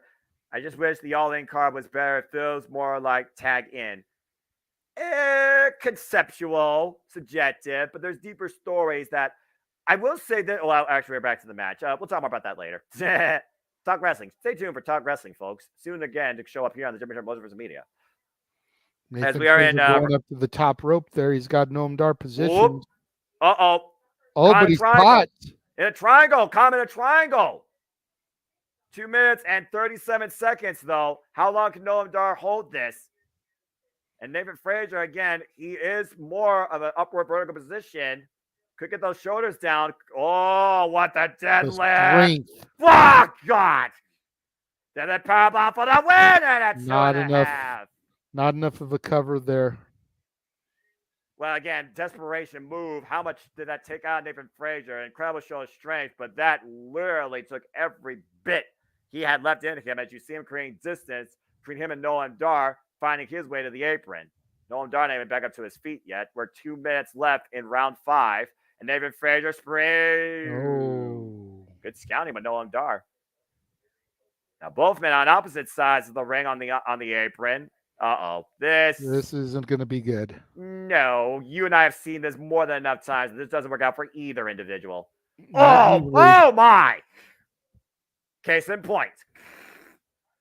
Both men with a big haymaker, and both men fall on opposite sides of the ring to the floor. 90 seconds left in round 5. Referee starting his 10 count. And again, if both men get counted out, that ends the match. 1 minute and 20 seconds. Again, the Heritage Cup has been held by the likes of Tyler Bate, Axiom, a.k.a. What the hell is this? Last Legend just throwing Noam Dar in the ring. Freaking wretched TikTok reject. Eject her. She is getting physically involved, ref. Eject her. Do your damn job. Again, there's no integrity in the Heritage Cup when it comes to Noam Dar. The nice suplex, though, and look at the steel like here with the cover in the window. No. Seriously. This guy sends friggin' tradition and professional wrestling roots of the British style back to the primitive age. Yeah, I can think of someone that I haven't seen on NXT TV for about 8 months who had a pretty good rivalry going there with Lash Legend that if she were to return would probably cause a huge pop right now, and that's one lioness, Nikita Lyons. Well, I hope that lion roars sooner rather than later and eats that freaking TikTok read off my screen. Oh, my! 15 seconds left in round 5. As Nathan Frazier wipes out freaking Metaphor on the outside, but again, you see them getting involved here, allowing Noam Dar to try and recover as the clock ticks out. Here's the cover again. Is it finally enough? 2 and saved by the bell, but also he did get the shoulder up. Yeah. Lash Legend is proving her worth, whether we like her or not. She is definitely coming through in the clutch for Noam Dar. take a look at this replay here, JJ. Look at him go for broke, trying to wipe out Metaphor on the outside, and does so to a degree. But that freaking wretched TikTok reject allowed Noam Dar to stay alive in this match, grabbing his leg, preventing him from going after the cover with just enough time left. This is the final round. We are tied 1-1. This is the final 3 minutes. Noam Dar has to get a fall here, or Nathan Frazier retains the Heritage Cup Championship. This is it. There's no turning back. Both men just trading straight up forearm shots as we're in the early going of the match. You know, I gotta be honest. I gotta be honest with you, Jade. I did not expect this thing to go 6 rounds. I gotta be honest. Me neither. Thanks to the friggin' TikTok reject. This is probably why they made Ivy and Ava so short. They made that match short for this nonsense. That's just dumb booking, in my opinion. And for what it was worth, I thought Ava Raine was doing okay, actually. I thought she was doing okay too, but she may be in a situation like, and this is a really bad comparison, early Goldberg, where she isn't good going the long haul just yet. Fair enough. So she was able to impress enough in the early goings that people are going to take notice of what she did, but the match ended quickly because she wasn't going to be conditioned to go past 5 minutes or so. Noam Dar taking out Nathan Frazier's leg, now going to the high wrist tissue after getting the better of that subtle exchange. Went for the double stomp, but missed. Might tweak something there. Nathan Frazier falls in with a kick. 1 minute and 40 seconds left. And reverse DT waiting to roll through. Uh-oh! Got him trapped in that leg bar. Yep, that is a Noam Dar. Minute and a half to go. That is agonizing pain. That is in the middle of the ring. And he has got that locked in perfectly. He has won the Heritage Cup in the past through this very hole, but Nathan Frazier refusing, trying to reverse the pressure, roll through, now trying to just basically take out Noam Dar. Overhead shots, just enough to alleviate some of the pressure. We have just a little over 60 seconds left in this Heritage Cup Championship match. Nathan Frazier able to get loose of it. Noam Dar kind of daring him to come at me. But again, Nathan Frazier once again is going. Whoop. Noam Dar trying to fall in. Look what happened. And again, this freaking Metaphor gets involved here. Nathan Frazier fighting back though. Up the top rope. Nathan Frazier flies. Phoenix Splash. Missed. Splash. Oh no. Oh. Nova Roller, not like this. Noam Dar's regained the Heritage Cup Championship. Son of a bitch. Oh, hello, Dory Lou. Thank you for tuning in. Appreciate you. Highway robbery, tragedy to the legacy of British wrestling. Noam Dar steals back the Heritage Cup Championship 2-1 in round 6. And you and I both know, JJ, if it wasn't for that Metaphor group, he would not have won this match. But this was the moment of no return for Nathan Frazier. That Phoenix Splash crash and this Nova Rolla, the run-in high kick, was all Noam Dar needed to finally reclaim his true Heritage Cup Championship. Damn it. Oh, man. And Nathan Frazier right now, absolutely destroyed. Wait a second.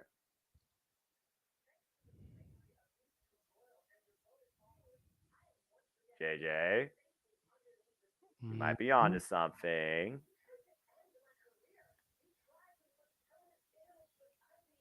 I mean, she was stuck in that submission hold for quite a while. Failure.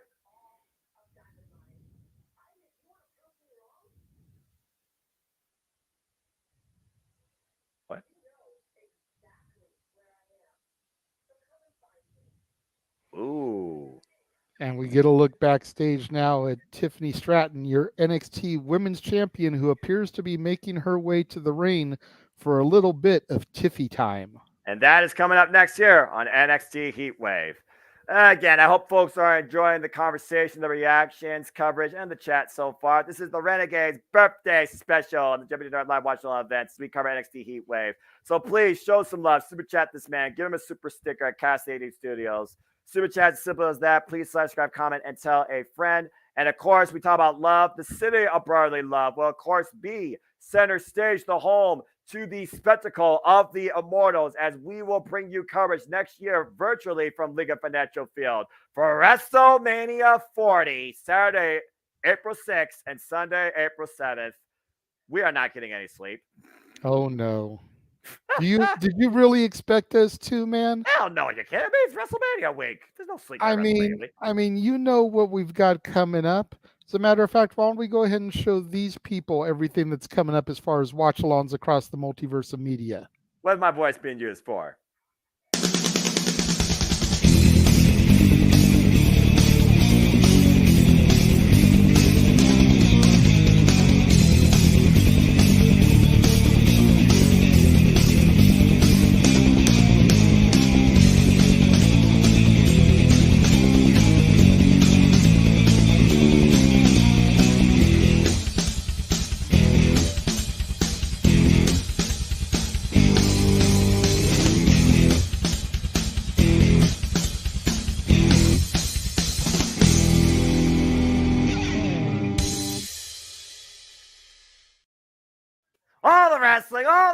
All the professional wrestling and sports entertainment.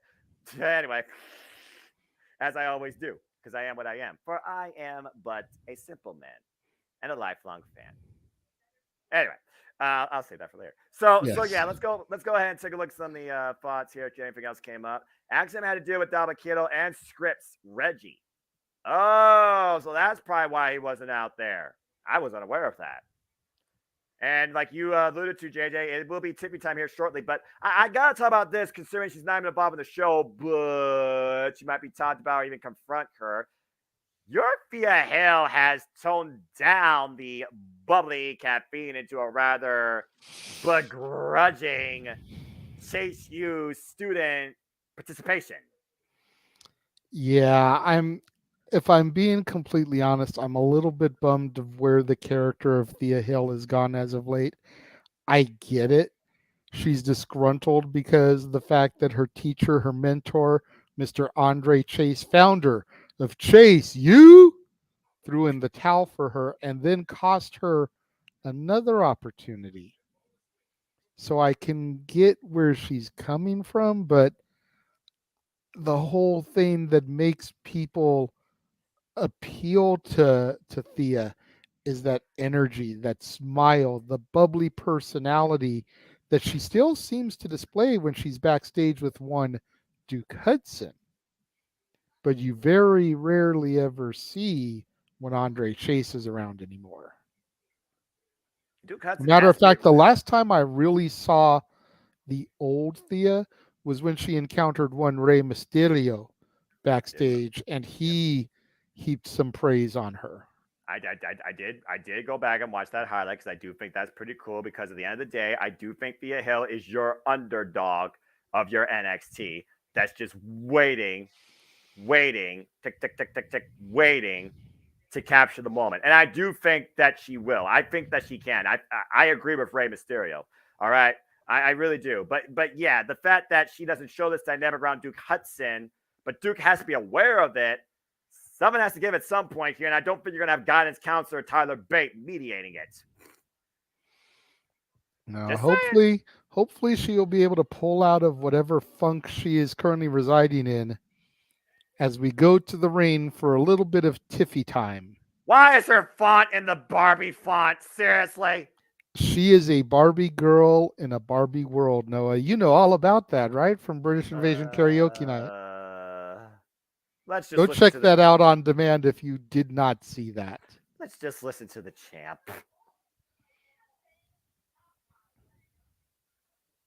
Good grief, in the pink satin, nonetheless. She is a living, walking Barbie girl. God help us. What, Mattel going to friggin' endorse her now? Give her a dream car and a dream house, pink as well? Doesn't Mattel make the WWE action figures? Damn it. Just saying. Damn it. As she talks about her accolades, of course, she did win a Cool Rush. Number one trending on the X, the social media app formerly known as the Tweeter, hashtag NXT Heatwave. I still call it Twitter. What? Yeah, how could it get better according to the champ? I would not go that far as perfect champ, JJ. Let's be honest here. I mean, she's been pretty flawless since becoming champion. Damn. Yes, she has tapped out more than once to Thea Hill in the ring. However, the referee cannot call what he does not see. So as far as her win-loss record goes, she is still flawless since becoming champ. Fair enough. Better champion than Bailey? Than Asuka? Yeah, I don't know about that. How long was Asuka NXT Women's Champion, sir? That'd be 526 days undefeated. So Charlotte Flair. She's got what, maybe about 500 more to go? Give or take. 475, maybe. You do the math.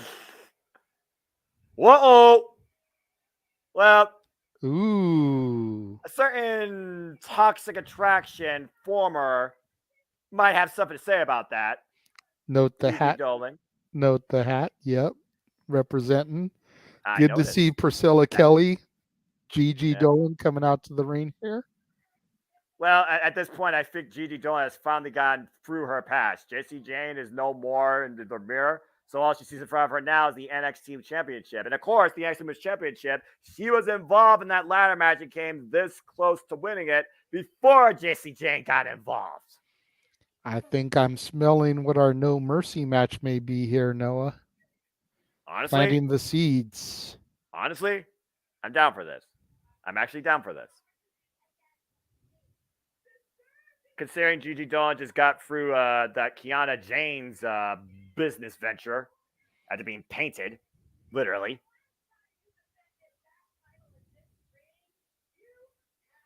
That's right. She tapped out. You did tap out. It's on the internet. Everyone knows about it. You tapped Speaking out. of Kiana James. Oh boy. Well, business party's gonna pick up. At least for literally. her. Kiana James, former NXT Tag Team Champion.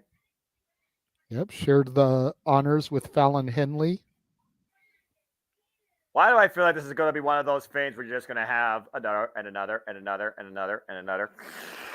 Well, I mean, to be fair, as much as I love Thea, that's really been the only competition that Tiffy has had since winning championship is Thea Hale.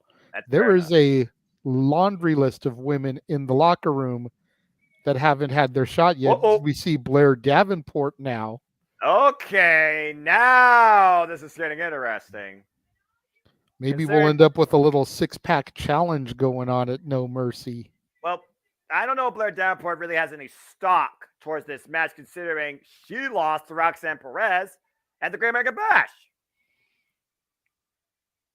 Although I will say it is different seeing her towards the championship versus Roxanne, but also weird.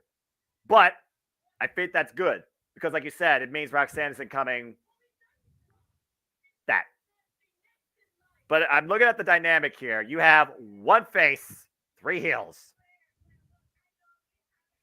For now, I think we might start to get things evened out a little bit. With who? Dana Brooke? Didn't Dana Brooke just lose the Blair Davenport, or am I confused with that match? She might have. I might have missed that one. If I'm being completely honest, the last couple of weeks I've dozed off a little bit during my NXT because I've just been so exhausted. So I may have missed a thing or two.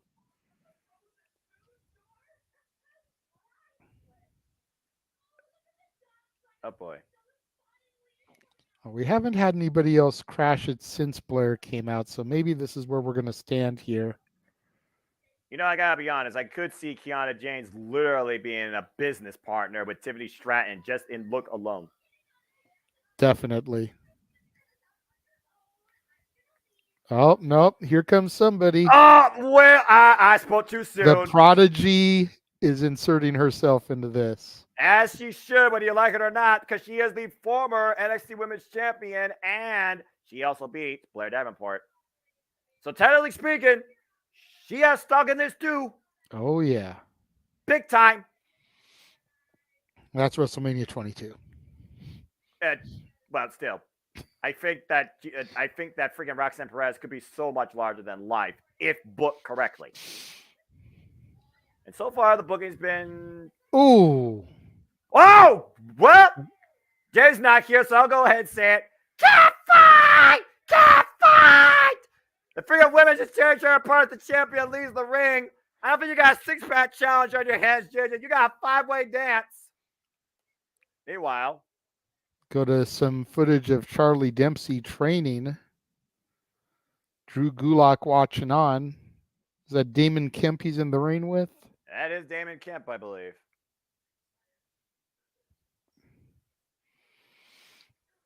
Oh, my! And Charlie Dempsey trapping that trainee in a sleeper hold. Again, for those that don't know, Charlie Dempsey, the son of one Lord Rigo. Just saying. And we see the purple flames, which means that judgment is upon us, Noah.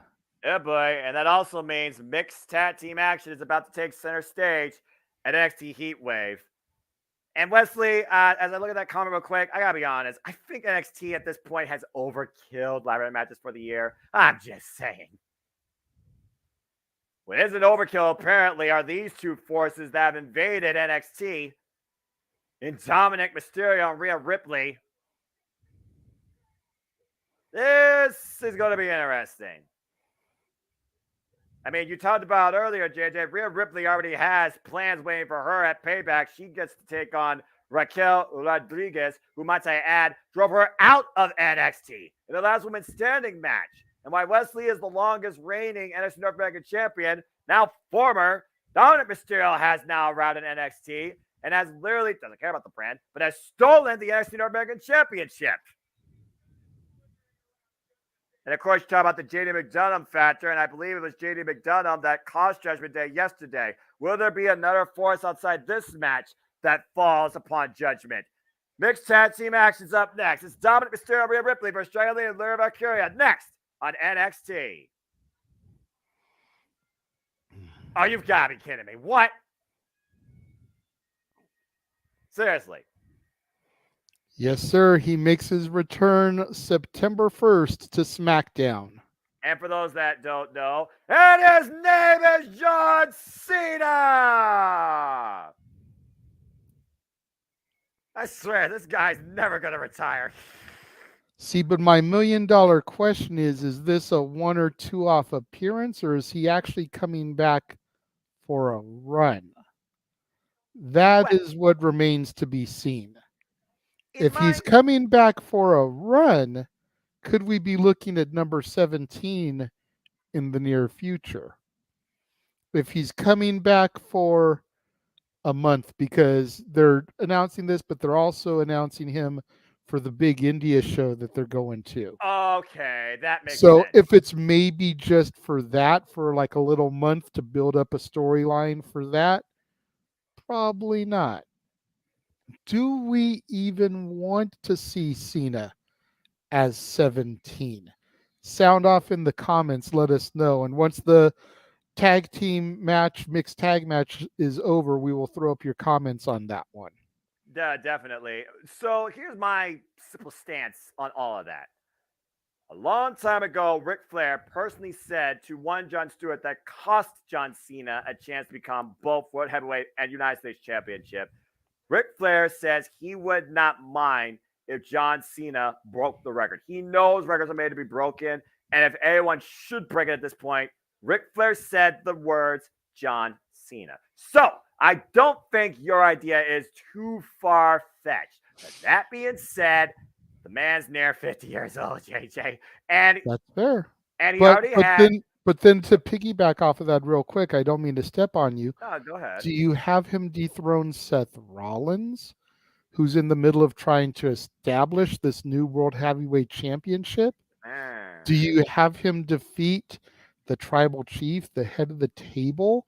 Neither one of those seems like it makes a whole lot of sense at this point in time. Completely agree.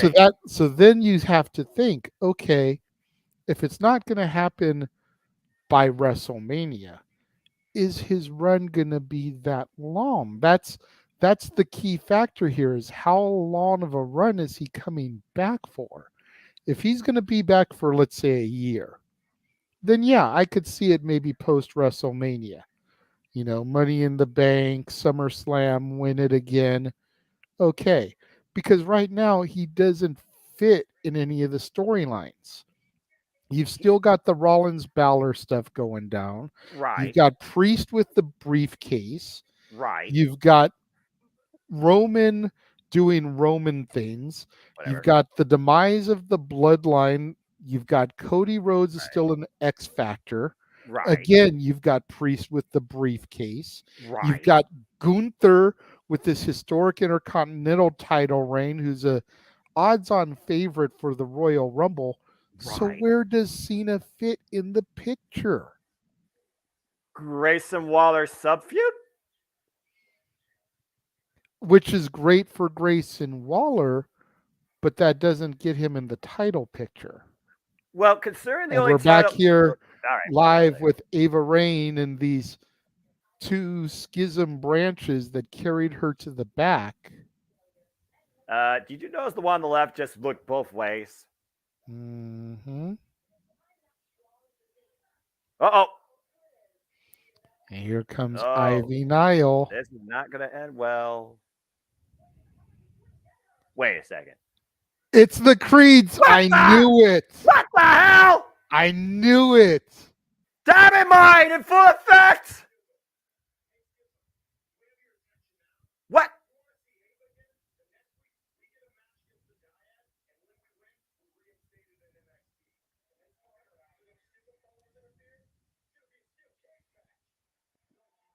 I knew it, Noah. Yeah, we called it. You talked about you did call those two, but we talked about it pre-show. We talked about it, so there you go. The Creeds with a way in next week, if accepted. We will get a steel cage match between the Creed Brothers and the Dyad, and if the Creed Brothers win, they are back in NXT. But what did they just do to Ava Raine? As we take a look at Metaphor backstage celebrating Noam Dar's reclaiming of the Heritage Cup and a envelope being presented to him. Got Oro Mensah opening it up, seeing what it is. Star.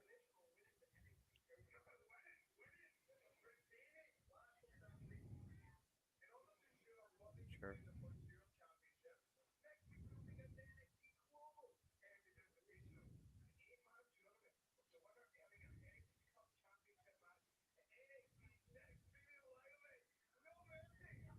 Okay, so the Heritage Cup is still around to stay, damn it, as they literally tarnish it with cheap-ass champagne. I said what I said.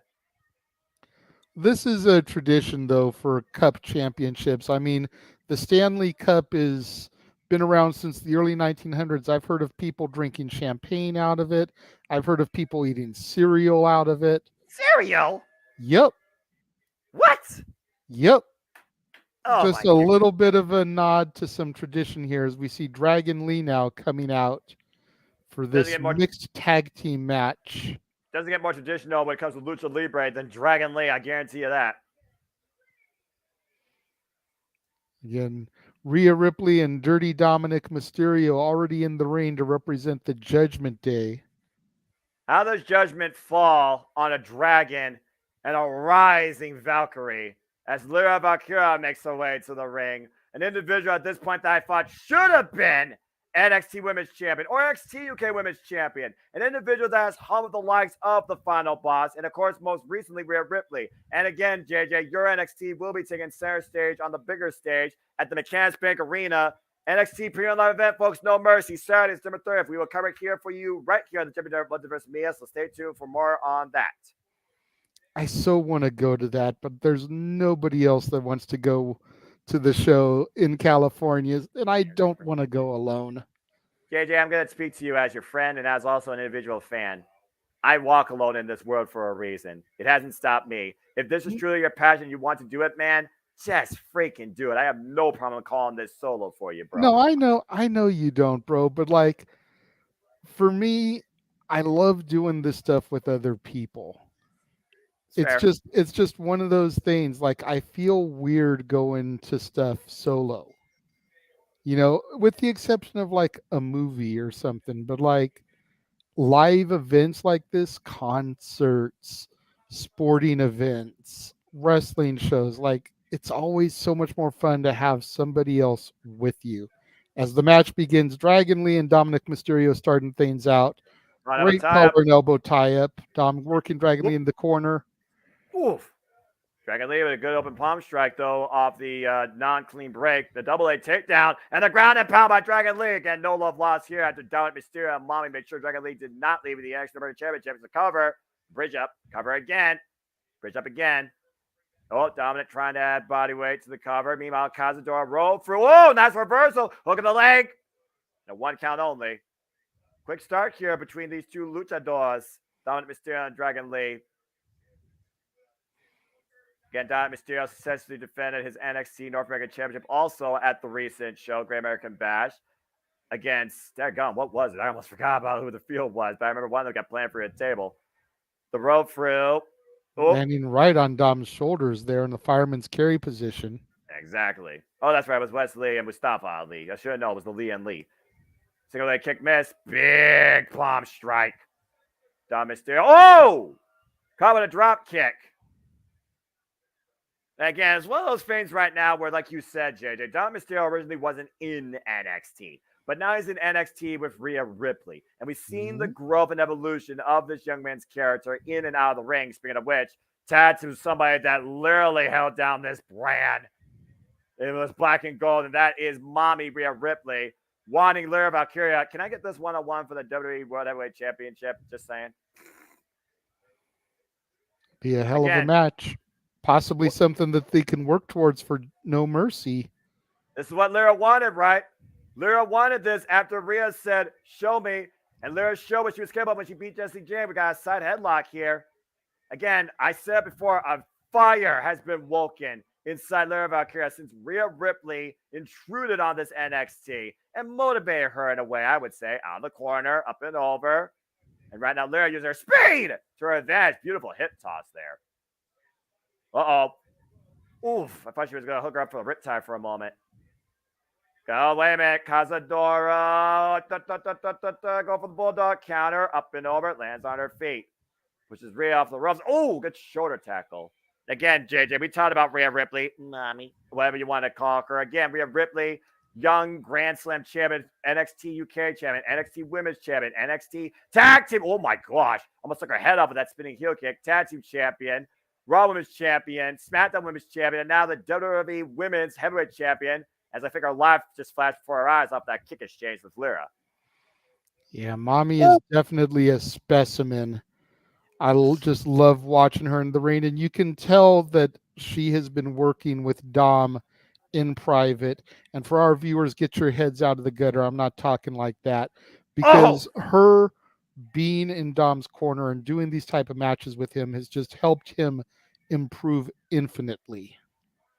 And Mommy showing her strength for the vertical, and Lyra bounding out of it though. Oh man, Meacham. Oh, smacking the taste out of Mommy's mouth. Oh, Mama said knock you out. Ooh. Look at this match. I'm loving this match right here. This should have just been the women's match tonight, if I'm being honest. I'm all for this. Look at the slow burn, Noah. Slow burn. Yeah, fair enough. Oh, wait a minute. The escape out the back door. The roll through. Oh, I could not hold on to the cover. And Rhea makes her way to the outside of the ring. And meanwhile, Dominic Mysterio. Dominic, you are a stupid young boy if you try and mess with Lyra Valkyria. Look, old Dragon Lee has no problem coming into it. So far, can the man's teeth out. Oh, that was long overdue. That was long freaking overdue. Don't care what you tell me. And Lyra off the rope. Nice crossbody catches Dominic. Oh, wait a minute. Ooh, the messy Rana takeover. Wait a minute. Is Dom legal or is who's legal? Dragon Lee and Lyra looking to fly together here. What the hell? I think Lyra and Rhea are still technically legal because there was no tag. Nice over the top offense with the drop kick between the ropes. Lyra and Dragon Lee in control right now. Will they continue to hold momentum? Stay tuned for NXT Heatwave. Picture in picture. All right. Whew. Ufa and Fuego. And I'm not talking about this Love Island bullcrap that USA is promoting. Again, I hate TV. Let's Let's we'll go go through ahead. some of these comments here. Like I asked about Cena. Matthew says he'd rather see Cena with 17 over Charlotte. Charlotte's going to do it first. Wesley says, who do you see dethroning Dominic as North American champion? JJ. Right now, I'm going to say Dragon Lee, but I honestly feel that if he can keep the momentum building that he showed in his earlier match today in the curtain jerker, don't be surprised if it's Trick Williams. Yeah, I think Trick Williams is a sleeper card right now for a mid-carder on the rise after what we saw tonight. Woo. Daniel says 17 title reigns, little too late for me. I can kind of agree with you there. Like I said, it just doesn't make sense to insert him just yet. DJ Mudkeen says, first things first, happy birthday, JJ. Thank you very much. Doesn't it make more sense for Cena to win the IC first, get that Grand Slam? Exactly. No. What? No, because you don't want him dethroning Gunther. No, of course not. Wait. Hold on. Time out. I'm calling a play here. I'm challenging the play. Are you saying that you think Gunther is going to go into WrestleMania as Intercontinental Champion? It's very possible. It hasn't really been done, I don't think, since Ultimate Warrior. I can't recall since then. You know, just imagine Gunther Intercontinental Champion versus Seth freaking Rollins World Champion, title for title.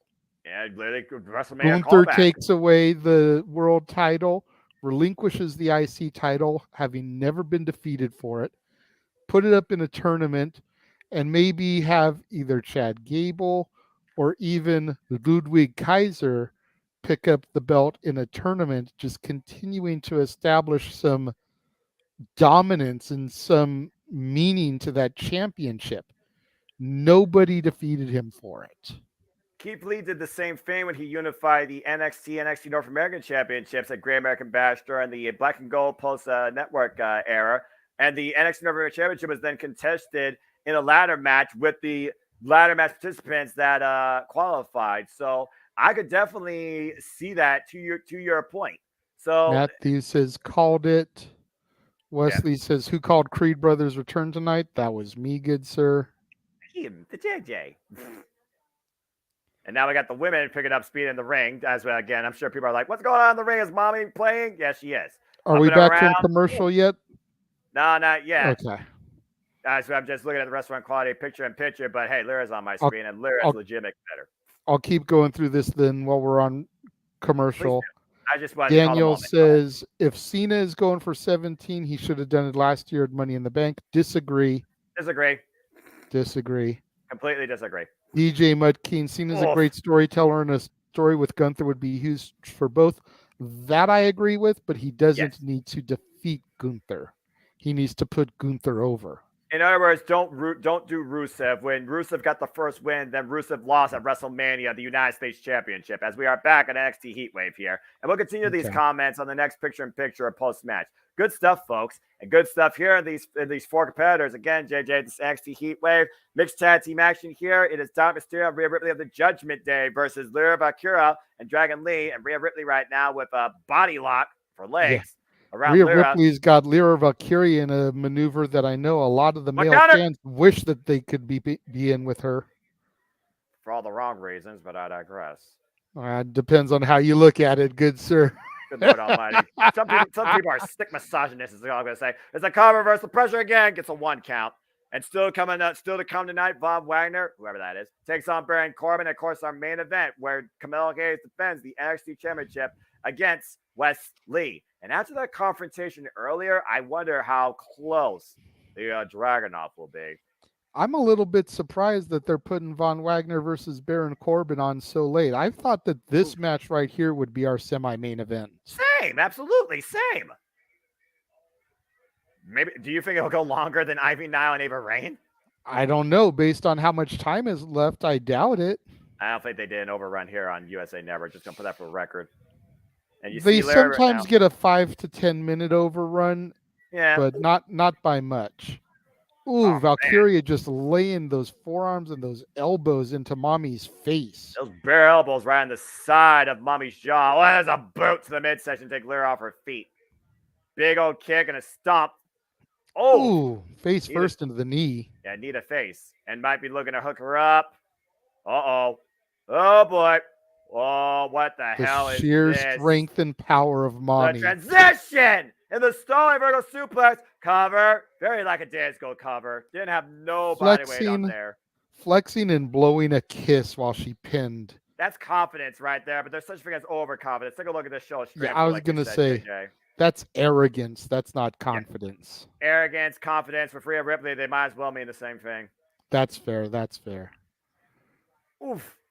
I mean, if I had the strength of Rhea Ripley, I'd probably be that arrogant too. And so, suck it to Dragon Lee, courtesy of Rhea Ripley. Damn. And how many men would line up for that opportunity? JJ! Do not become a James. Do not make me say my phrase. JJ! It is my birthday, damn it. All right, fine. Then you deserve this. And Damn it, JJ! You freaking idiot! And I'm just being honest, Noah. I'm not saying I'm rushing to the head of that line. I'm just saying how many men out there would line up for that opportunity. Unfortunately, Let's be real. Yeah, I'm aware of the society that we live in. And once again, We're the going for it reversal. again. They go over the well one too many times. And counter to Ooh. DDT! Yeah, you had to know a counter was coming, going for the same maneuver that quickly. Well, again, we talked about before, how much is Rhea Ripley trying to prove Lyra, all right? Wants Lyra to prove her something. I think Lyra's proven more than her worth tonight in this mixed tag team match. Again, Definitely. the women And are still legal. Dragon Lee clamoring for that hot tag, but Mommy still has Lyra Valkyria prone position here, dominating her. Oh, you say that for the moment. Whoop, went for the boot, misses, and Lyra. Oh! Roundhouse kick. Dom gets the tag on Mommy there. That's a knockout shot right there, JJ. She's lucky she wasn't bombing the covers. Got tagged to Dragon Lee finally, and the men picking up speed here, quite literally. Again, this heated mixed tag confrontation as Dragon Lee squares up against Dominic Mysterio, takes him over the tiaras. And Dragon Lee following up now. Uh-oh. And Dragon Lee. The Dragon Screw Leg Whip. Damn, that move has to suck. Yeah, Okay, Dragon Lee with the Dragon Screw. How fitting. I didn't think I was going to call that tonight. Now we just need him to break out the Dragon Dagger and summon the Dragon Zord. How about that dagger in the back and the cover, hook in the leg, and a 2 count. It is Power Month after all. And please follow the newest affiliate, the Multiverse of Mia.Tilla, and stay tuned always for her Rangers content and wrestling reviews. There's a roll up, deep stack, the roll for up. I was going to try to go for a matchbook cover there. There's a knee in the midsection, a body shot by Dominic Mysterio. Again, Dirty Dom will do what he needs to win. Drop toe, you've got to be kidding dial me. operator. No way. Your call cannot be completed as dialed. Please hang up and try again. And meanwhile, up and over. Planted out powerbomb cover. Kill for the win. Rhea saves the match. Mommy at the opportune moment. Mommy Lyra saves Valkyria just throwing her to the outside. Yeah, Mommy saves her boy. Meanwhile, Lyra caught by Rhea. Uh-oh. Oh, the power. That's going to go into the barricade. Yep. Saw that coming a mile away, and Mommy just laughs. For whom the bell tolls with that pendulum swing into the barricade for Lyra. And speaking of for whom the bell tolls. Oh, is that what Raquel? The hell? It's Raquel Rodriguez. Yeah, that's Raquel Rodriguez. We're literally going back to where NXT used to begin with these two. Like I said, these two fought each other to a last woman standing match. That Exile remake from NXT. Now Dragon Lee picked up speed as we got the two legal men still in the ring. This became a 1-1 contest. Up and over the cover to Dragon Lee wins. Dragon Lee just pinned the North American champion. You got to think that's going to catapult him up in contendership. I would call that an upset, and absolutely, JJ, it should be an after effect. Wow, Judgment Day falls short. Justice served, courtesy of Dragon Lee and Lyra Valkyria, with an assessed run-in by Raquel Rodriguez, probably running back Rhea Ripley to Monday Night Raw as we're speaking. What a match, though. Yeah, absolutely. That was a great match, and the surprise of Raquel Rodriguez there to help further their storyline coming soon at Payback, as you alluded to earlier. Go backstage, we see him, Carmelo Hayes, and Trick Williams in the locker room. You know that Carmelo Hayes has to be impressed with what Trick did. Absolutely. Okay, you think about how well those two work together as a duo. You wonder, you see the title between them. Could this be a future match, JJ? I definitely think it could happen in the very near future. Probably not, but is this something that we could get a slow burn to? Maybe Stand and Deliver next year? Absolutely. How fitting to see Again, you think about it next year, Philadelphia, the city of brotherly love. These two have been like brothers in NXT, the way they've ran. You look at Trick grabbing the belt, kind of admiring it for a minute before handing it to Mello. Can't major respect with these two that have been together since day one, but Trick Williams claimed his moment tonight. Meanwhile, we go backstage again. Tiffy time again. On her phone. She's got more mentions than Grayson Waller.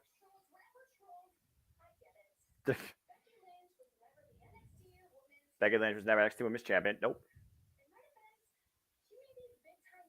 Maybe big time. Did a little bit of digging. I don't know if you know this, Noah. Tiffany Stratton, the real life girlfriend of one Ludwig Kaiser. Really? Yes, sir. Well, I'll be darned. Good for them. I will say this about Tiffany Stratton when it comes to her self-appeal. She truly believes she is better than anything that has come past here. Call them Tiffy wannabes.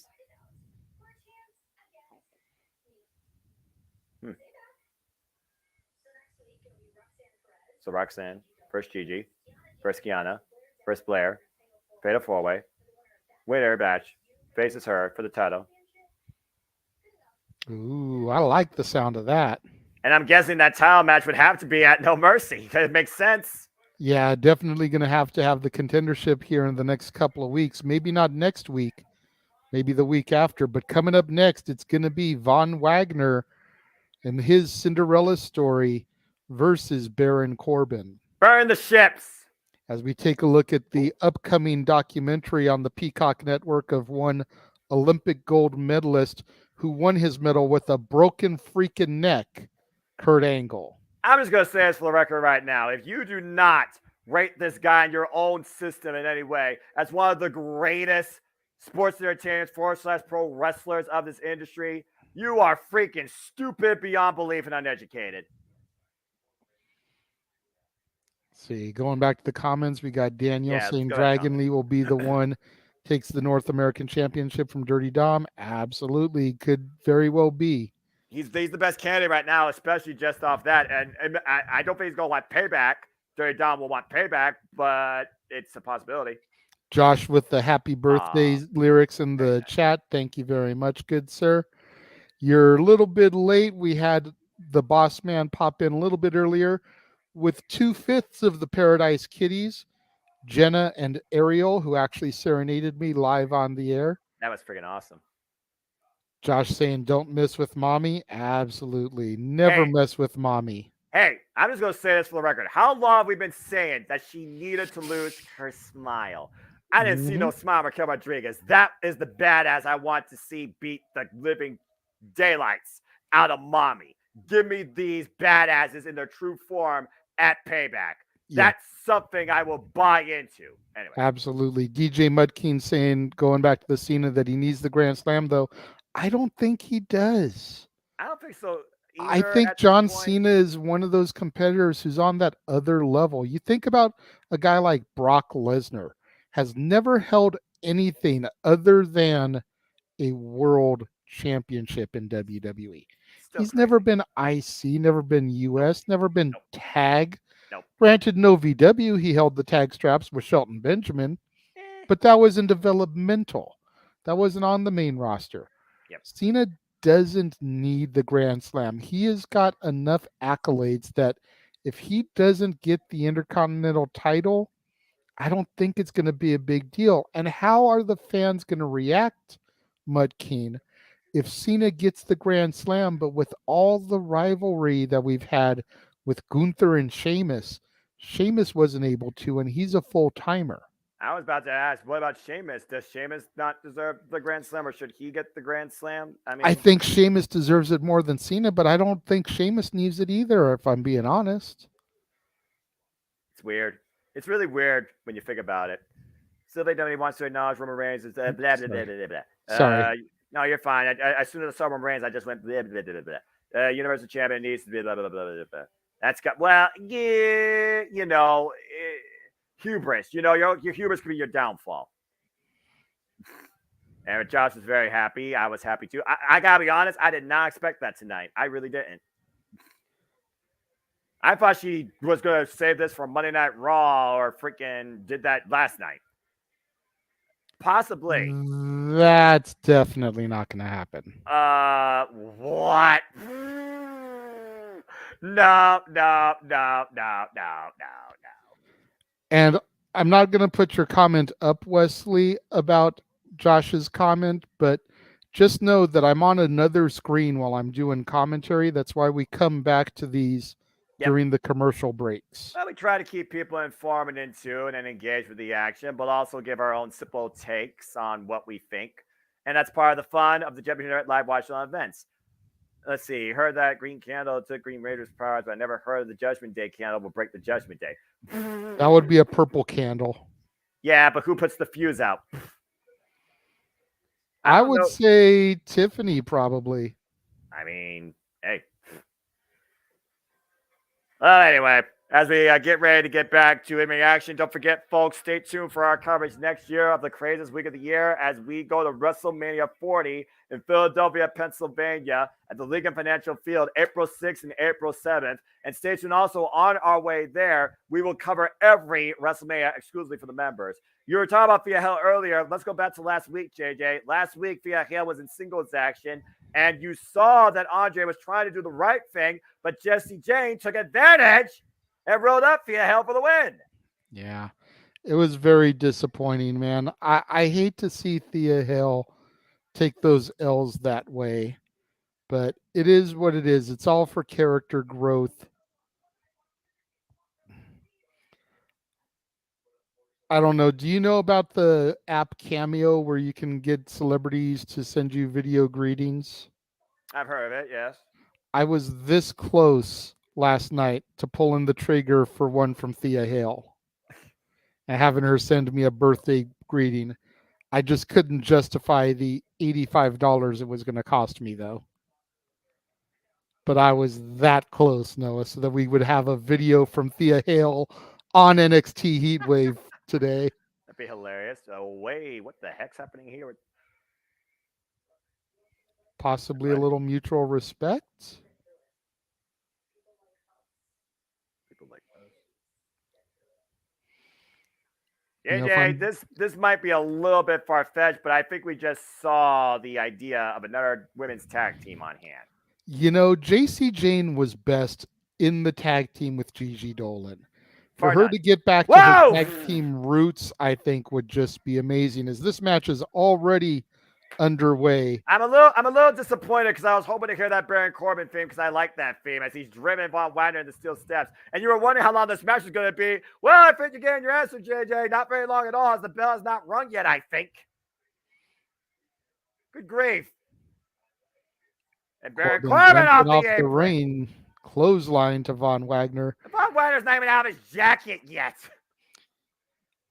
But now he is. Oh, man. Driven side first of the apron. Again, we talked about, though, Baron Corbin is bringing something out of Von Wagner we probably haven't seen in a while, even though people still probably don't know who the hell Von Wagner is. You even talked about those video packages about one of these two earlier that really gave a more in-depth look. Oh, whoop, counter. And to your point, Von Wagner is bringing something out of Baron Corbin we haven't seen in a long time either. This animalistic side of Corbin. You think about the bum-ass Corbin, the sad Corbin, happy Corbin. It's been a while since we've seen this kind of fire, drive, and determination out of Baron Corbin. Well, again, Baron Corbin said that he's not here for the people or for NXT. He's here for himself, and he is here to burn ships, burn down everything that was him and literally building himself from the ashes. And these two men still squaring. I don't think a bell has rung here yet, by the way. No, not yet. And I'm starting to wonder if one is even going to run or if they're just going to end up throwing this out. Well, I guess this isn't as bad You as see the referee following Von Wagner trying to get some kind of order here. You know, I'm glad that I'm home at my glass table because I think the announce table is about to become a friggin' accessory. Was wondering when it was going to happen. They've been away from the announce table all night. Backdrop suplex on the floor by Baron Corbin. And now has his hands on Robert Stone. Uh-oh. And Robert Stone now. Oh! Corbin caught off guard there. Ooh, big boot, test style. I'm about to say, that is definitely a big boot in the highest. I literally get shades of Test from Von Wagner just from that boot alone, if I'm being honest with you. Shades of the late great Test. Yeah, but he didn't do a whole lot, unfortunately. And Von Wagner. Oh, Jesus. Braun Breaker with the spear out of nowhere. With the best spear in the business, says his tank top, broke Von Wagner in half. 0-1. That was a fucking fireball, JJ. Jesus. Speaking of fireball, I may give me a shot of that a little bit later in time for the main event. Cheers to you. What the hell? And I don't know if I agree with that being the best spear in the business. Yeah. And that is it. We go backstage to Joe Gacy and the Dyad, the Schism, Ava Rainless, as she is still caught up with the Creeds and Ivy Nile. And Joe Gacy does not look happy. Does he ever, though, really? He looks deranged. He looks crazy. Right now, he looks angry, but does he ever look happy? Answer, no. Looks like they will agree. And you got to give some props to the grizzled young veterans here, you know, even knowing that they were denied their release, even knowing that that date is around the corner, they are still putting their everything into this storyline and the angle. That's some true professionalism there. Well, we're going to see who's truly a professional, who's truly worth being called NXT champion. It's been a wild night here at NXT Heatwave. Emotions running high, tempers flaring. But now it is time to prepare for our main event. NXT Championship on the line, folks, as we will see if Wes Lee can overcome him. Carmelo Hayes defend the gold. That is next. Well, first off, damn, Braun Breaker. That spear was ridiculous, though. I'm not going to lie. Definitely not the best spear in the business, but that was a ridiculous-ass spear. And Thea Hill, one of those little students, kind of finding her way, perky, happy for most of the time, but then, you know, kind of fell a little bit short. You might start running with the wrong crowd, and it might lead to a different demeanor, maybe different results. I almost wonder if Thea Hill is going to drop out of Chase U.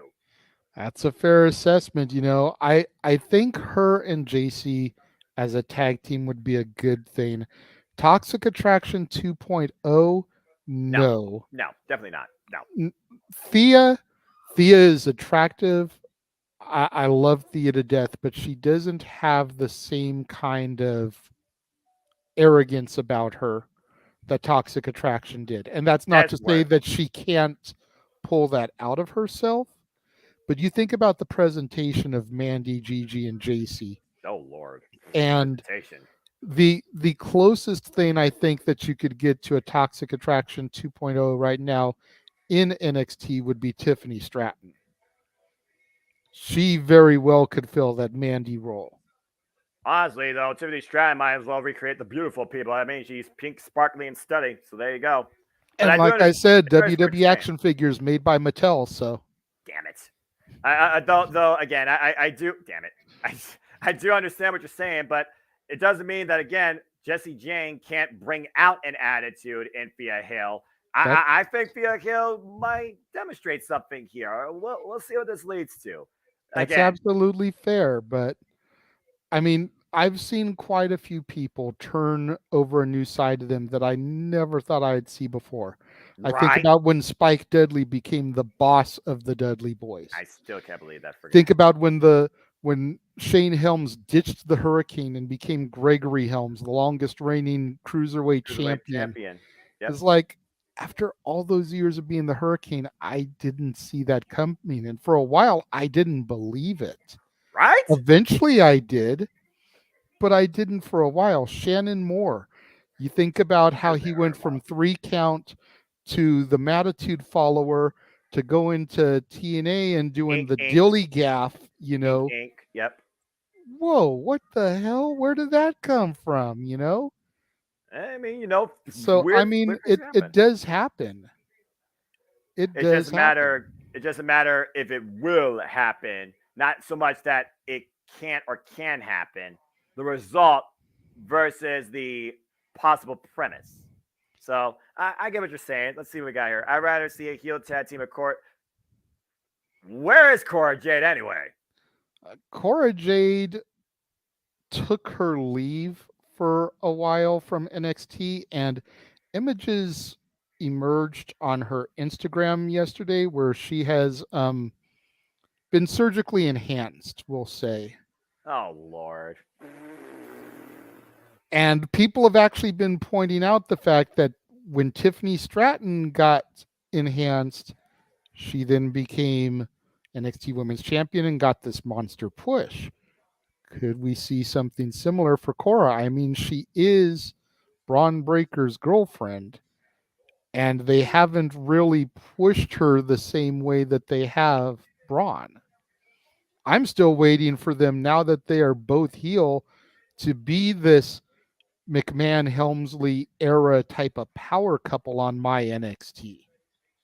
So Tiffany Stratton is literally wrapped in plastic. Okay, duly noted. Well, I guess It's you fantastic, apparently. Do Once again, if you missed Noah doing Barbie Girl on open mic night, go to the archives and check that out. As well as him and Jeff doing Wannabe by the Spice Girls. I am so sorry, by the way, again, Caitlin.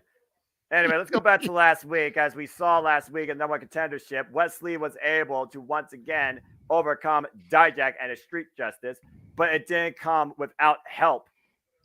As Dijak, of course, right now looks to deal justice to one Eddie Thorpe. Uh-oh.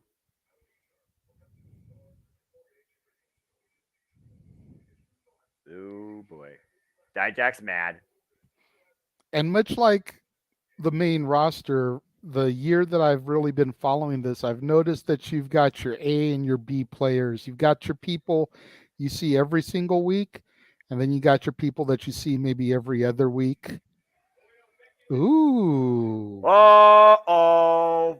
Wait, Ooh. yet. I haven't been NXT Women's Champion, yet. Hold the phone, Becky. Hold the phone. That would be an interesting No Mercy match. I'm just saying. And it looks like next week we're going to get that number one contenders match. Yep, you got Women's Championship No Contender Fatal 4-Way. Roxanne Perez, Kiana James, Blair Davenport, and Gigi Dolan. The winner of that match will get a chance to go up against Tiffany Stratton for the NXT Women's Championship. And it has been made official. The Creepers versus the Dyad one last time in a steel cage next week. And if the Creepers win, they are reinstated in NXT. And of course, as we learned earlier, there is a Global Heritage Invitational, an 8-man tournament who the winner will get to face Nolan Dar for the Heritage Cup at NXT No Mercy. I pray to God that somebody takes that cup off that man at that show. But before we get there, let's go back inside on the west side of things. As JJ, it's been fun. It's been a wonderful birthday time with you. And now it is time for your NXT to stand and deliver here at Heatwave. And it is time for our NXT Championship main event. We got the challenger, Wesley, coming out to the ring there, throwing up his W, representing the west side, as you say. That's a symbol I will put up. Straight out Dayton, Ohio. Ohio represent the former Lawrence reigning NXT North American champion, the Cardiac Kid with no rest. Looking to now see if he can overcome him and claim the greatest prize in this brand, the NXT Championship. He definitely is more than capable, but can he shoot the shot and not miss? Or is this simply, once again, nothing but net? And think about this, JJ. If Wesley wins this, he becomes a Triple Crown champion. He's been tag champ. He's been North American champ. The only thing he hasn't been is NXT World Champ. That's very true. Very true. But I mean, to be fair, the NXT World Championship has been dominated the past 2 years by Braun Breaker and now Carmelo Hayes. It looks like Carmelo Hayes has a jersey with Wesley's name on it, and he's ready to put it in flames. And you see Wesley right now boiling. We're going to quench that fire of Wesley tonight. There's only I, and I am him. And he is our NXT champion. And Melo, don't miss. Carmelo Hayes has arrived. You know what? This is the NXT theme song that I would like to see you do if we can get the donations. I don't even know the words of this madness, man. This is probably the best theme song in my NXT right now. That beat is insane. The lyrics get you hype and ready for battle. Yeah, I'm not going to argue your logic there because, again, he doesn't miss. He is one of one. He is him. He is Carmelo Hayes. He is the center stage. He is the standard right now. He is the face of NXT. He is the NXT championship. And he has more than enough proven why he has deserved not only to go after this title, but claim it against the former longest reigning champion, Braun Breaker. Let's go down to Alicia Taylor. Almost said the wrong name. For our introductions. Alicia Taylor knows how to bang those drums and set the mood. For those that don't know, Alicia Taylor is the one that does the drums for Zoe Stark's fame. Oh, okay. I don't know. Maybe it's just me, but I feel like she tries too hard to be Samantha Irvin. Yeah, got a bit of attitude with her entrances. I do see what you mean, though. But you got to have some sort of pump and circumstance, especially for an intro like this. Well, James isn't here, but JJ, this is your NXT. Happy birthday, my friend. Towels off for grabs. You know what to do. Yes, sir. As the referee raises the bell in the air, this contest for the NXT Heavyweight Championship. The champion, Carmelo Hayes, him, Melo don't miss, defending against Wes Lee. And here we go. Main event, folks. Use the hashtag NXT Championship. We got to call the time to kick things off here. This is our main event of NXT Heatwave. First time ever one-on-one, Wes Lee versus Carmelo Hayes for the NXT Championship. Ooh, went for a kick immediately. There's a roll through.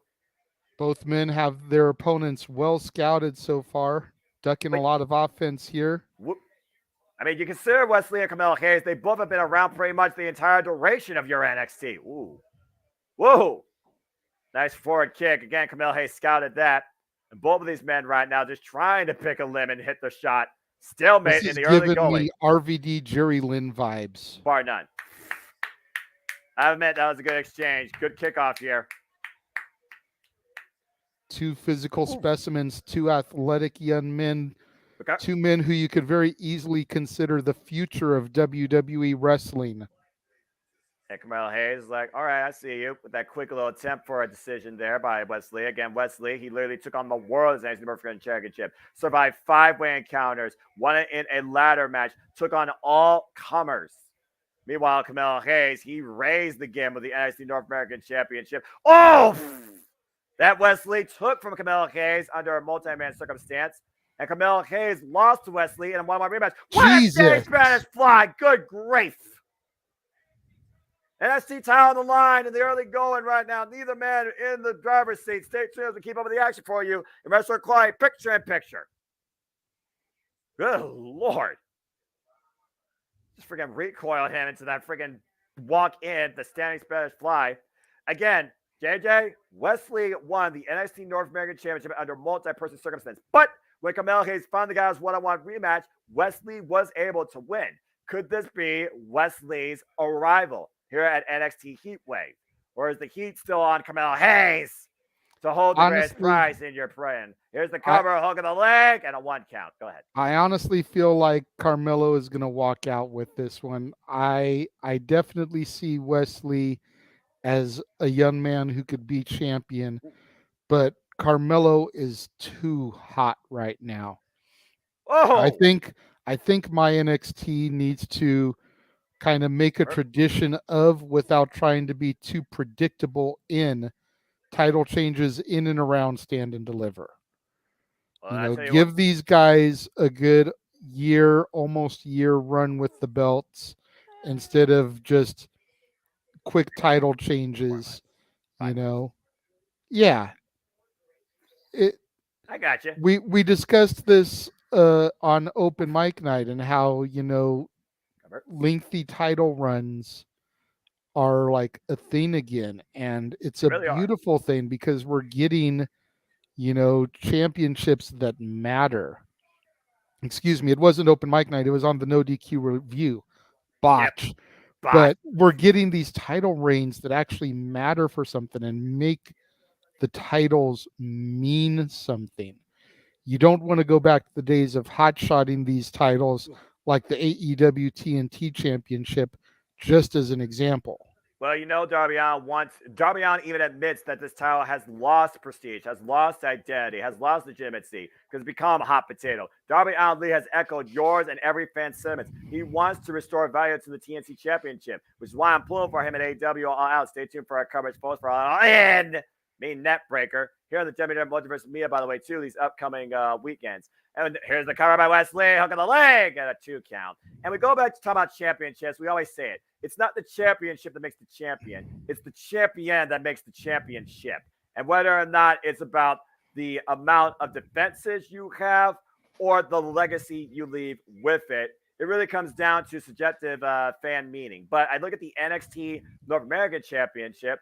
I would say the greater champion for that title, since I've seen it, was Leslie. Now, as far as the NXT Championship, that has much more history. I'm talking about men that held it like Kevin Owens, like Finn Balor, like Samoa Joe, and to make more things recent, in your NXT, of course, actually the only one in your NXT for that matter, damn it, that wasn't Dolph Ziggler, Braun Breaker. Yeah. That's a hell of a pedigree for Carmelo Hayes to live up to, and one for Wesley to arrive to. Ooh. And you think about how the North American title has kind of been the Intercontinental Championship for NXT. You think about Carmelo Hayes and his runs as North American champion and how it catapulted him to the main event, defeating Braun Breaker at Stand and Deliver earlier this year, WrestleMania weekend. You think about Wes Lee and how he's now here in the main event challenging Carmelo Hayes. Again, is it his opportunity? Is it his time to dethrone him? I don't think so, but that doesn't mean that his day in the spotlight won't come in 2, 3, 4 months. Doesn't mean his flame will be extinguished either after tonight, as this is his first main event chance at the NXT North American Championship. Carmelo Hayes is very familiar, though, underneath these lights. Like you said, he won it back at Stand and Deliver and has been a fine champion since.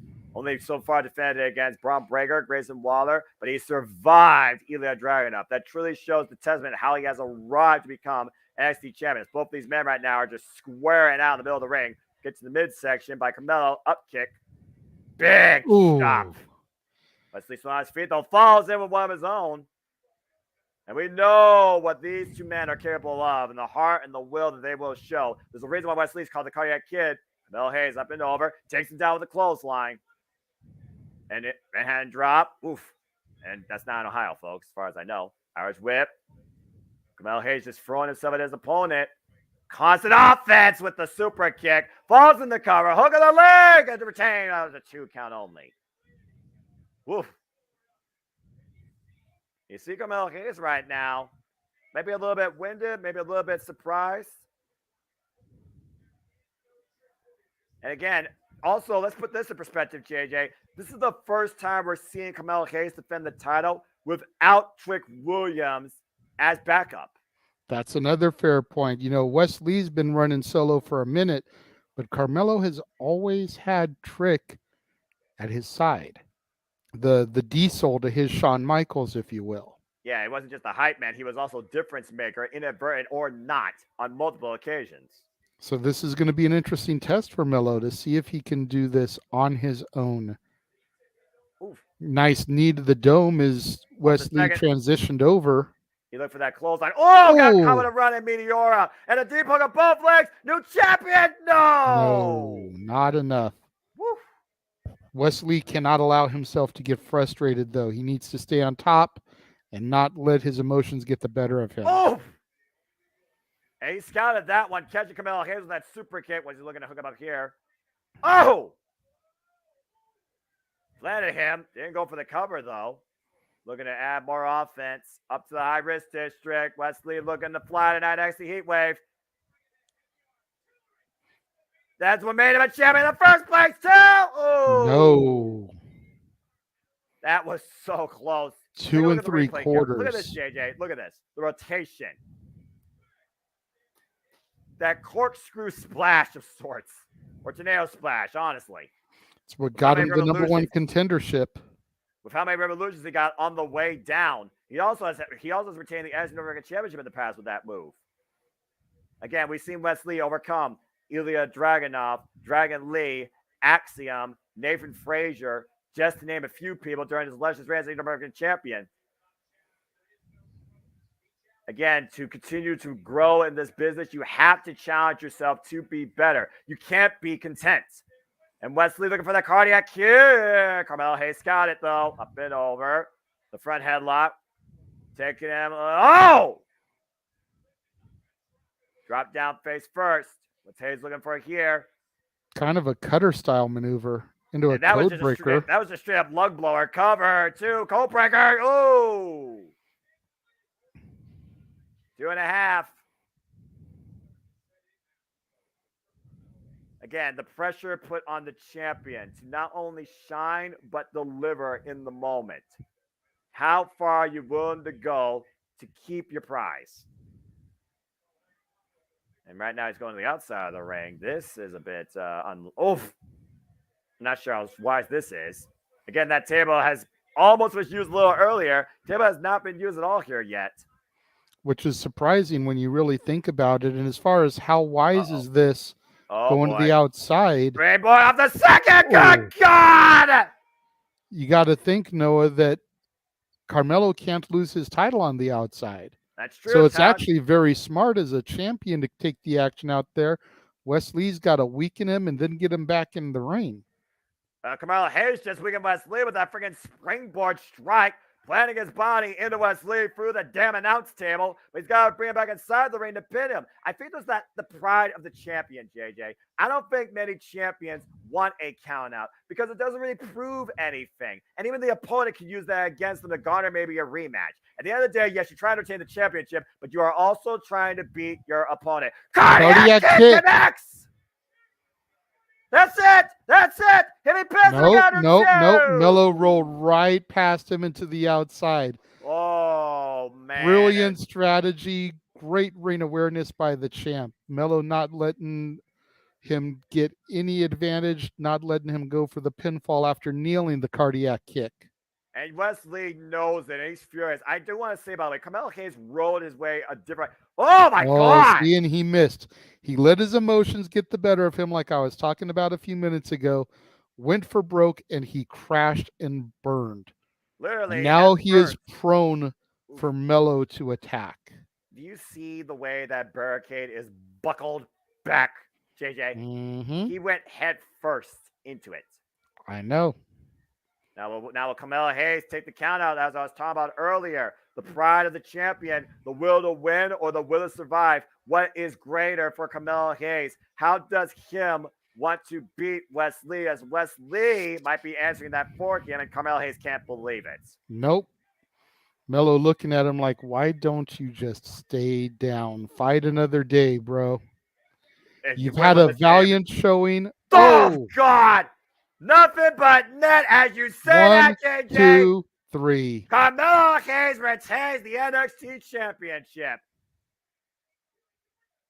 Damn. I will say this about Wesley. You did talk about that earlier, perseverance for another day. You don't know how often these opportunities come. It was his first. He doesn't know when he might do it again. And you only get one chance at a first impression. For his first chance at the NXT Championship, Wesley came out and show out. But once again, folks, we always say it, Melo, don't miss. As NXT continues to burn bright in his light, as he is still our NXT champion. And with that being said, we put out the flames on this special live watch along event tonight. On behalf of the birthday boy, the Renegade JJ Williams, I'm the Seminole Foster. Thank you for tuning in to our coverage of NXT Heatwave. Yes, sir. And we're going to do just a few quick plugs here before we let you guys go. Walter joined in, said, hey guys, happy birthday, JJ. Thank you very much.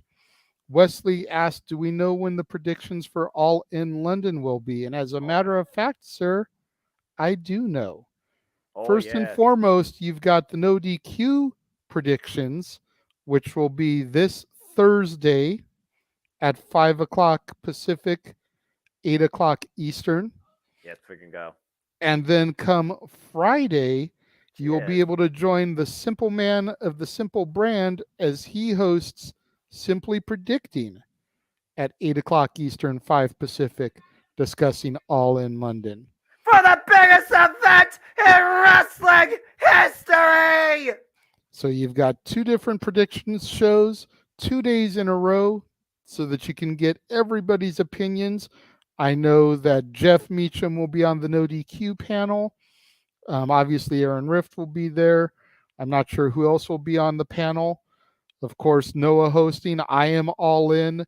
I know your buddy Chris Rotz is all in, who was actually the first person to wish me happy birthday because he got me at 9 o'clock last night, my time, which would have been midnight his time.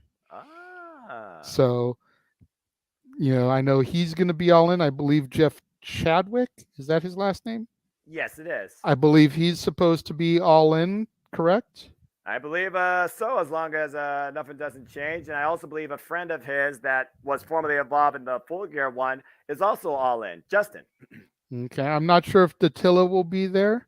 I told her that, maybe you'll message her about that one since it is you're Simply Predicting. I don't know how many people you want to have I usually as part of the shenanigans. Well, again, the shenanigans, I try to go for a simple 6, but if it becomes a spectacular 7, I'll make it work for what it's worth. I've also could put in a code of a state of decorum after the ridiculous marathon that was SummerSlam. But I also want to say this real quick.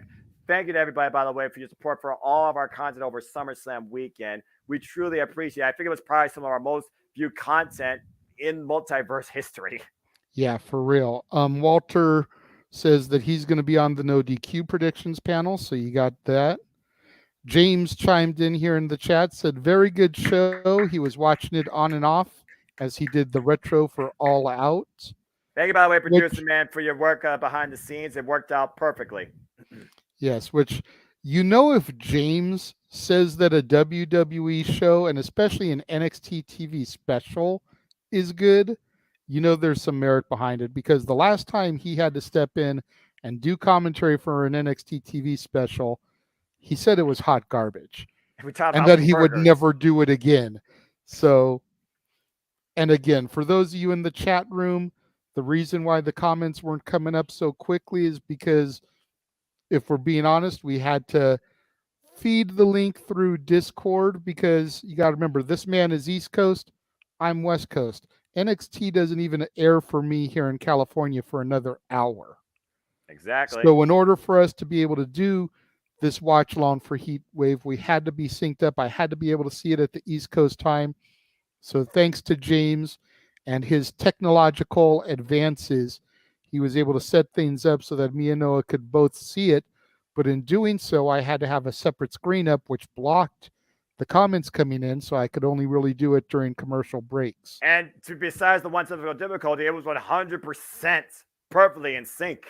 Yes, which is really good. So we definitely know that that's the way to do these TV shows from now on, whether it's the AEW Grand Slams, the Impact 1000, or any other specials NXT that specials we do. or WWE specials, milestones. Which I'm sure. I gotta say, if we had known more ahead of time that last week was going to be Fight for the Fallen, we probably would have done watch-alongs for those events also. Yeah, but it was like, it was like a last-minute change because of the stuff going on in Hawaii, that tragedy. So Tony Khan made a last-minute decision to make those shows that.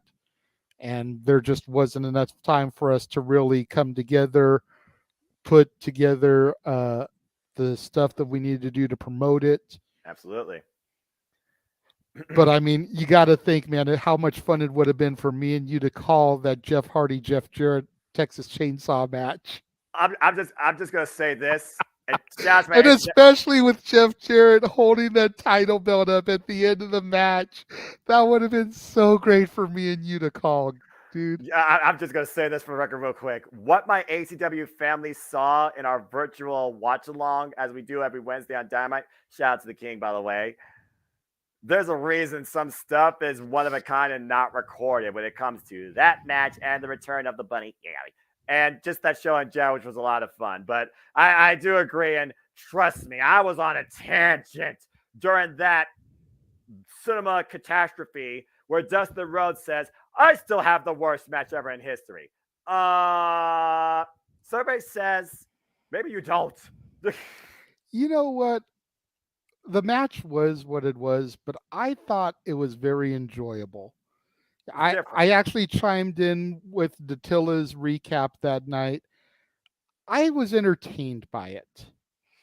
Was it a Kurt Angle, Chris Benoit clinical masterpiece? No. Fuck no. I didn't expect that. You kidding me? It was sports entertainment. And the key word there is entertainment.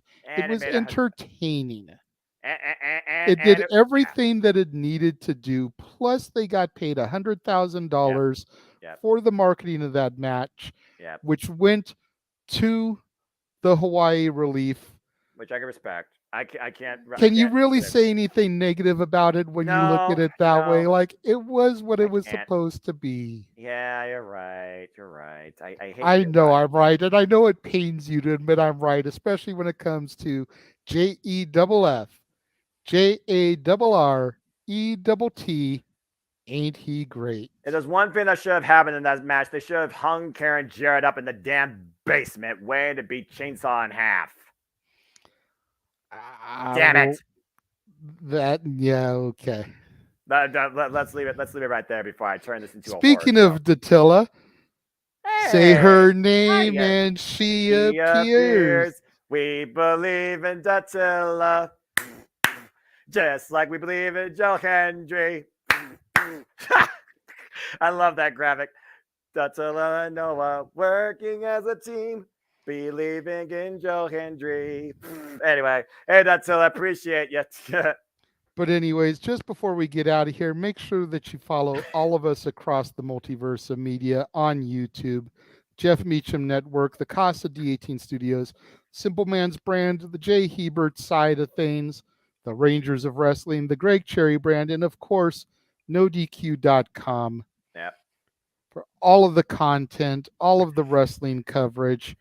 Make sure that you subscribe to the members only section of the Casa D18 Studios channel, where this Saturday you will get to see Noah and I call this classic SummerSlam confrontation between the World Heavyweight Champion Chris Benoit and the Legend Killer, the baby-faced 24-year-old at the time, Randy Orton. Still crazy. Make sure you get out there and you vote for which matches you want us to call for September. Noah's poll officially ends at noon tomorrow, and it is currently a three-way tie between Fall Brawl 97, Unbreakable 05, and Takeover Fatal 4-way. The next one that is going to go live will be James's. Those are the choices you've got. Anarchy Rules 99, where Taz lost the ECW title in a three-way dance that also included Mike Awesome and Masato Tanaka. You had the Unforgiven 2000. I want to say it was a steel cage match between the Hardys and Edge and Christian. I think it was, actually. You got Unforgiven 03 with Randy Orton versus Shawn Michaels. Very, very early on in the Legend Killer gimmick. No Surrender 09, Lethal Lockdown, and Backlash 2016 as Ambrose defends his title against the phenomenal one, AJ Styles. Of course, we've got a whole bunch of watch-alongs coming up this week. We've got NWA 75. Pending. We've got All in London, which will begin Go ahead, Noah. I'm gonna say it. This is like the freaking LA Night. When we say LA Night, we say yeah. When you say on London, I'm going to say the biggest event in wrestling history. With coverage beginning at 8:00 a.m. Pacific time, 11 o'clock a.m. Eastern time. After All In, we will have a special happy hour version of Open Mic Night, where we will have these talking points that we will discuss. And then beginning at either 4 or 4:30, kind of depending how the flow of the conversations go, we will go into our coverage of Impact Wrestling Emergence. Oh, yeah.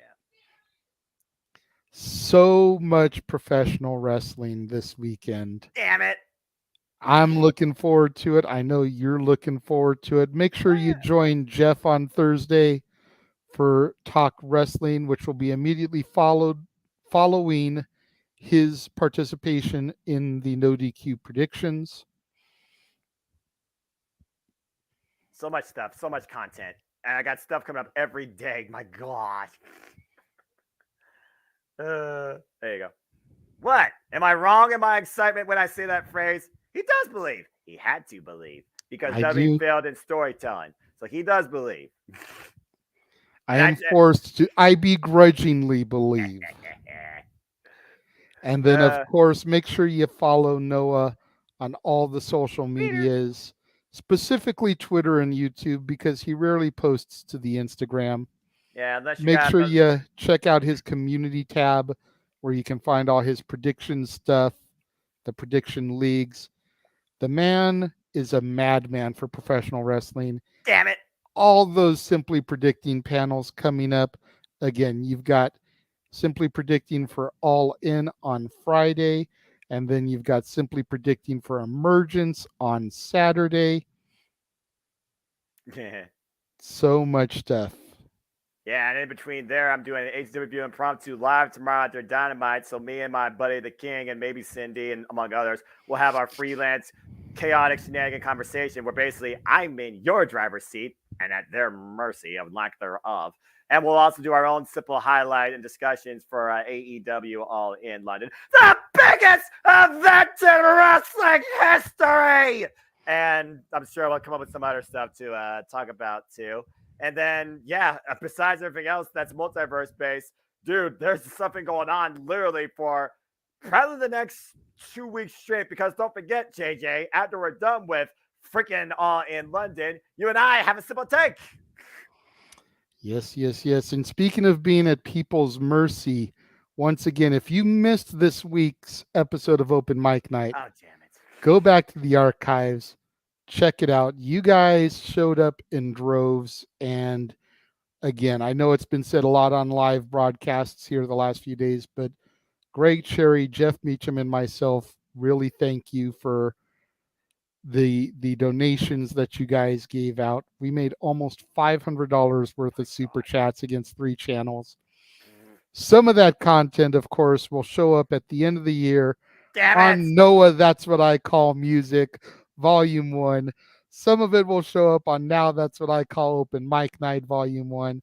And, you know, after the Disney karaoke in November, there might be a few tracks for Noah, That's What I Call Slow Jams, Volume 1. Oh, God. Look, I ain't singing no Isley Brothers, Boys to Men, or slow songs from Disney. There's no way that's happening. Absolutely, Datil. It's going to be a very busy couple weeks, and we are all in for it. Yes, here is to the biggest week in wrestling history. And we're going to leave you with that. Noah, thank you for joining me for this, for my birthday shenanigans. Thank you for doing the masterful job you always do for play-by-play commentary. I am the Renegade of Wrestling, JJ Williams. He is the Simple Man, Noah Foster. Take us out of here, Noah. It's always a pleasure. Happy birthday again, my brother. Folks, again, it simply goes like this because my name is Noah Andrew Foster, and I encourage you to enjoy wrestling. For there are no winners, there are no losers, there are no betters. Just fans with opinions for this passion we all share. At the end of the day, folks, support one another, respect each other, protect your mentality too, treasure your families, and just enjoy life. and enjoy professional wrestling. It's as simple as that. Have a good night, everybody. The two of us will see you again for Simply Predicting this Friday. Have a good night, folks. NXT brought the heat on JJ's birthday. It was a fun show. Happy birthday, my friend. Thank you very much, sir.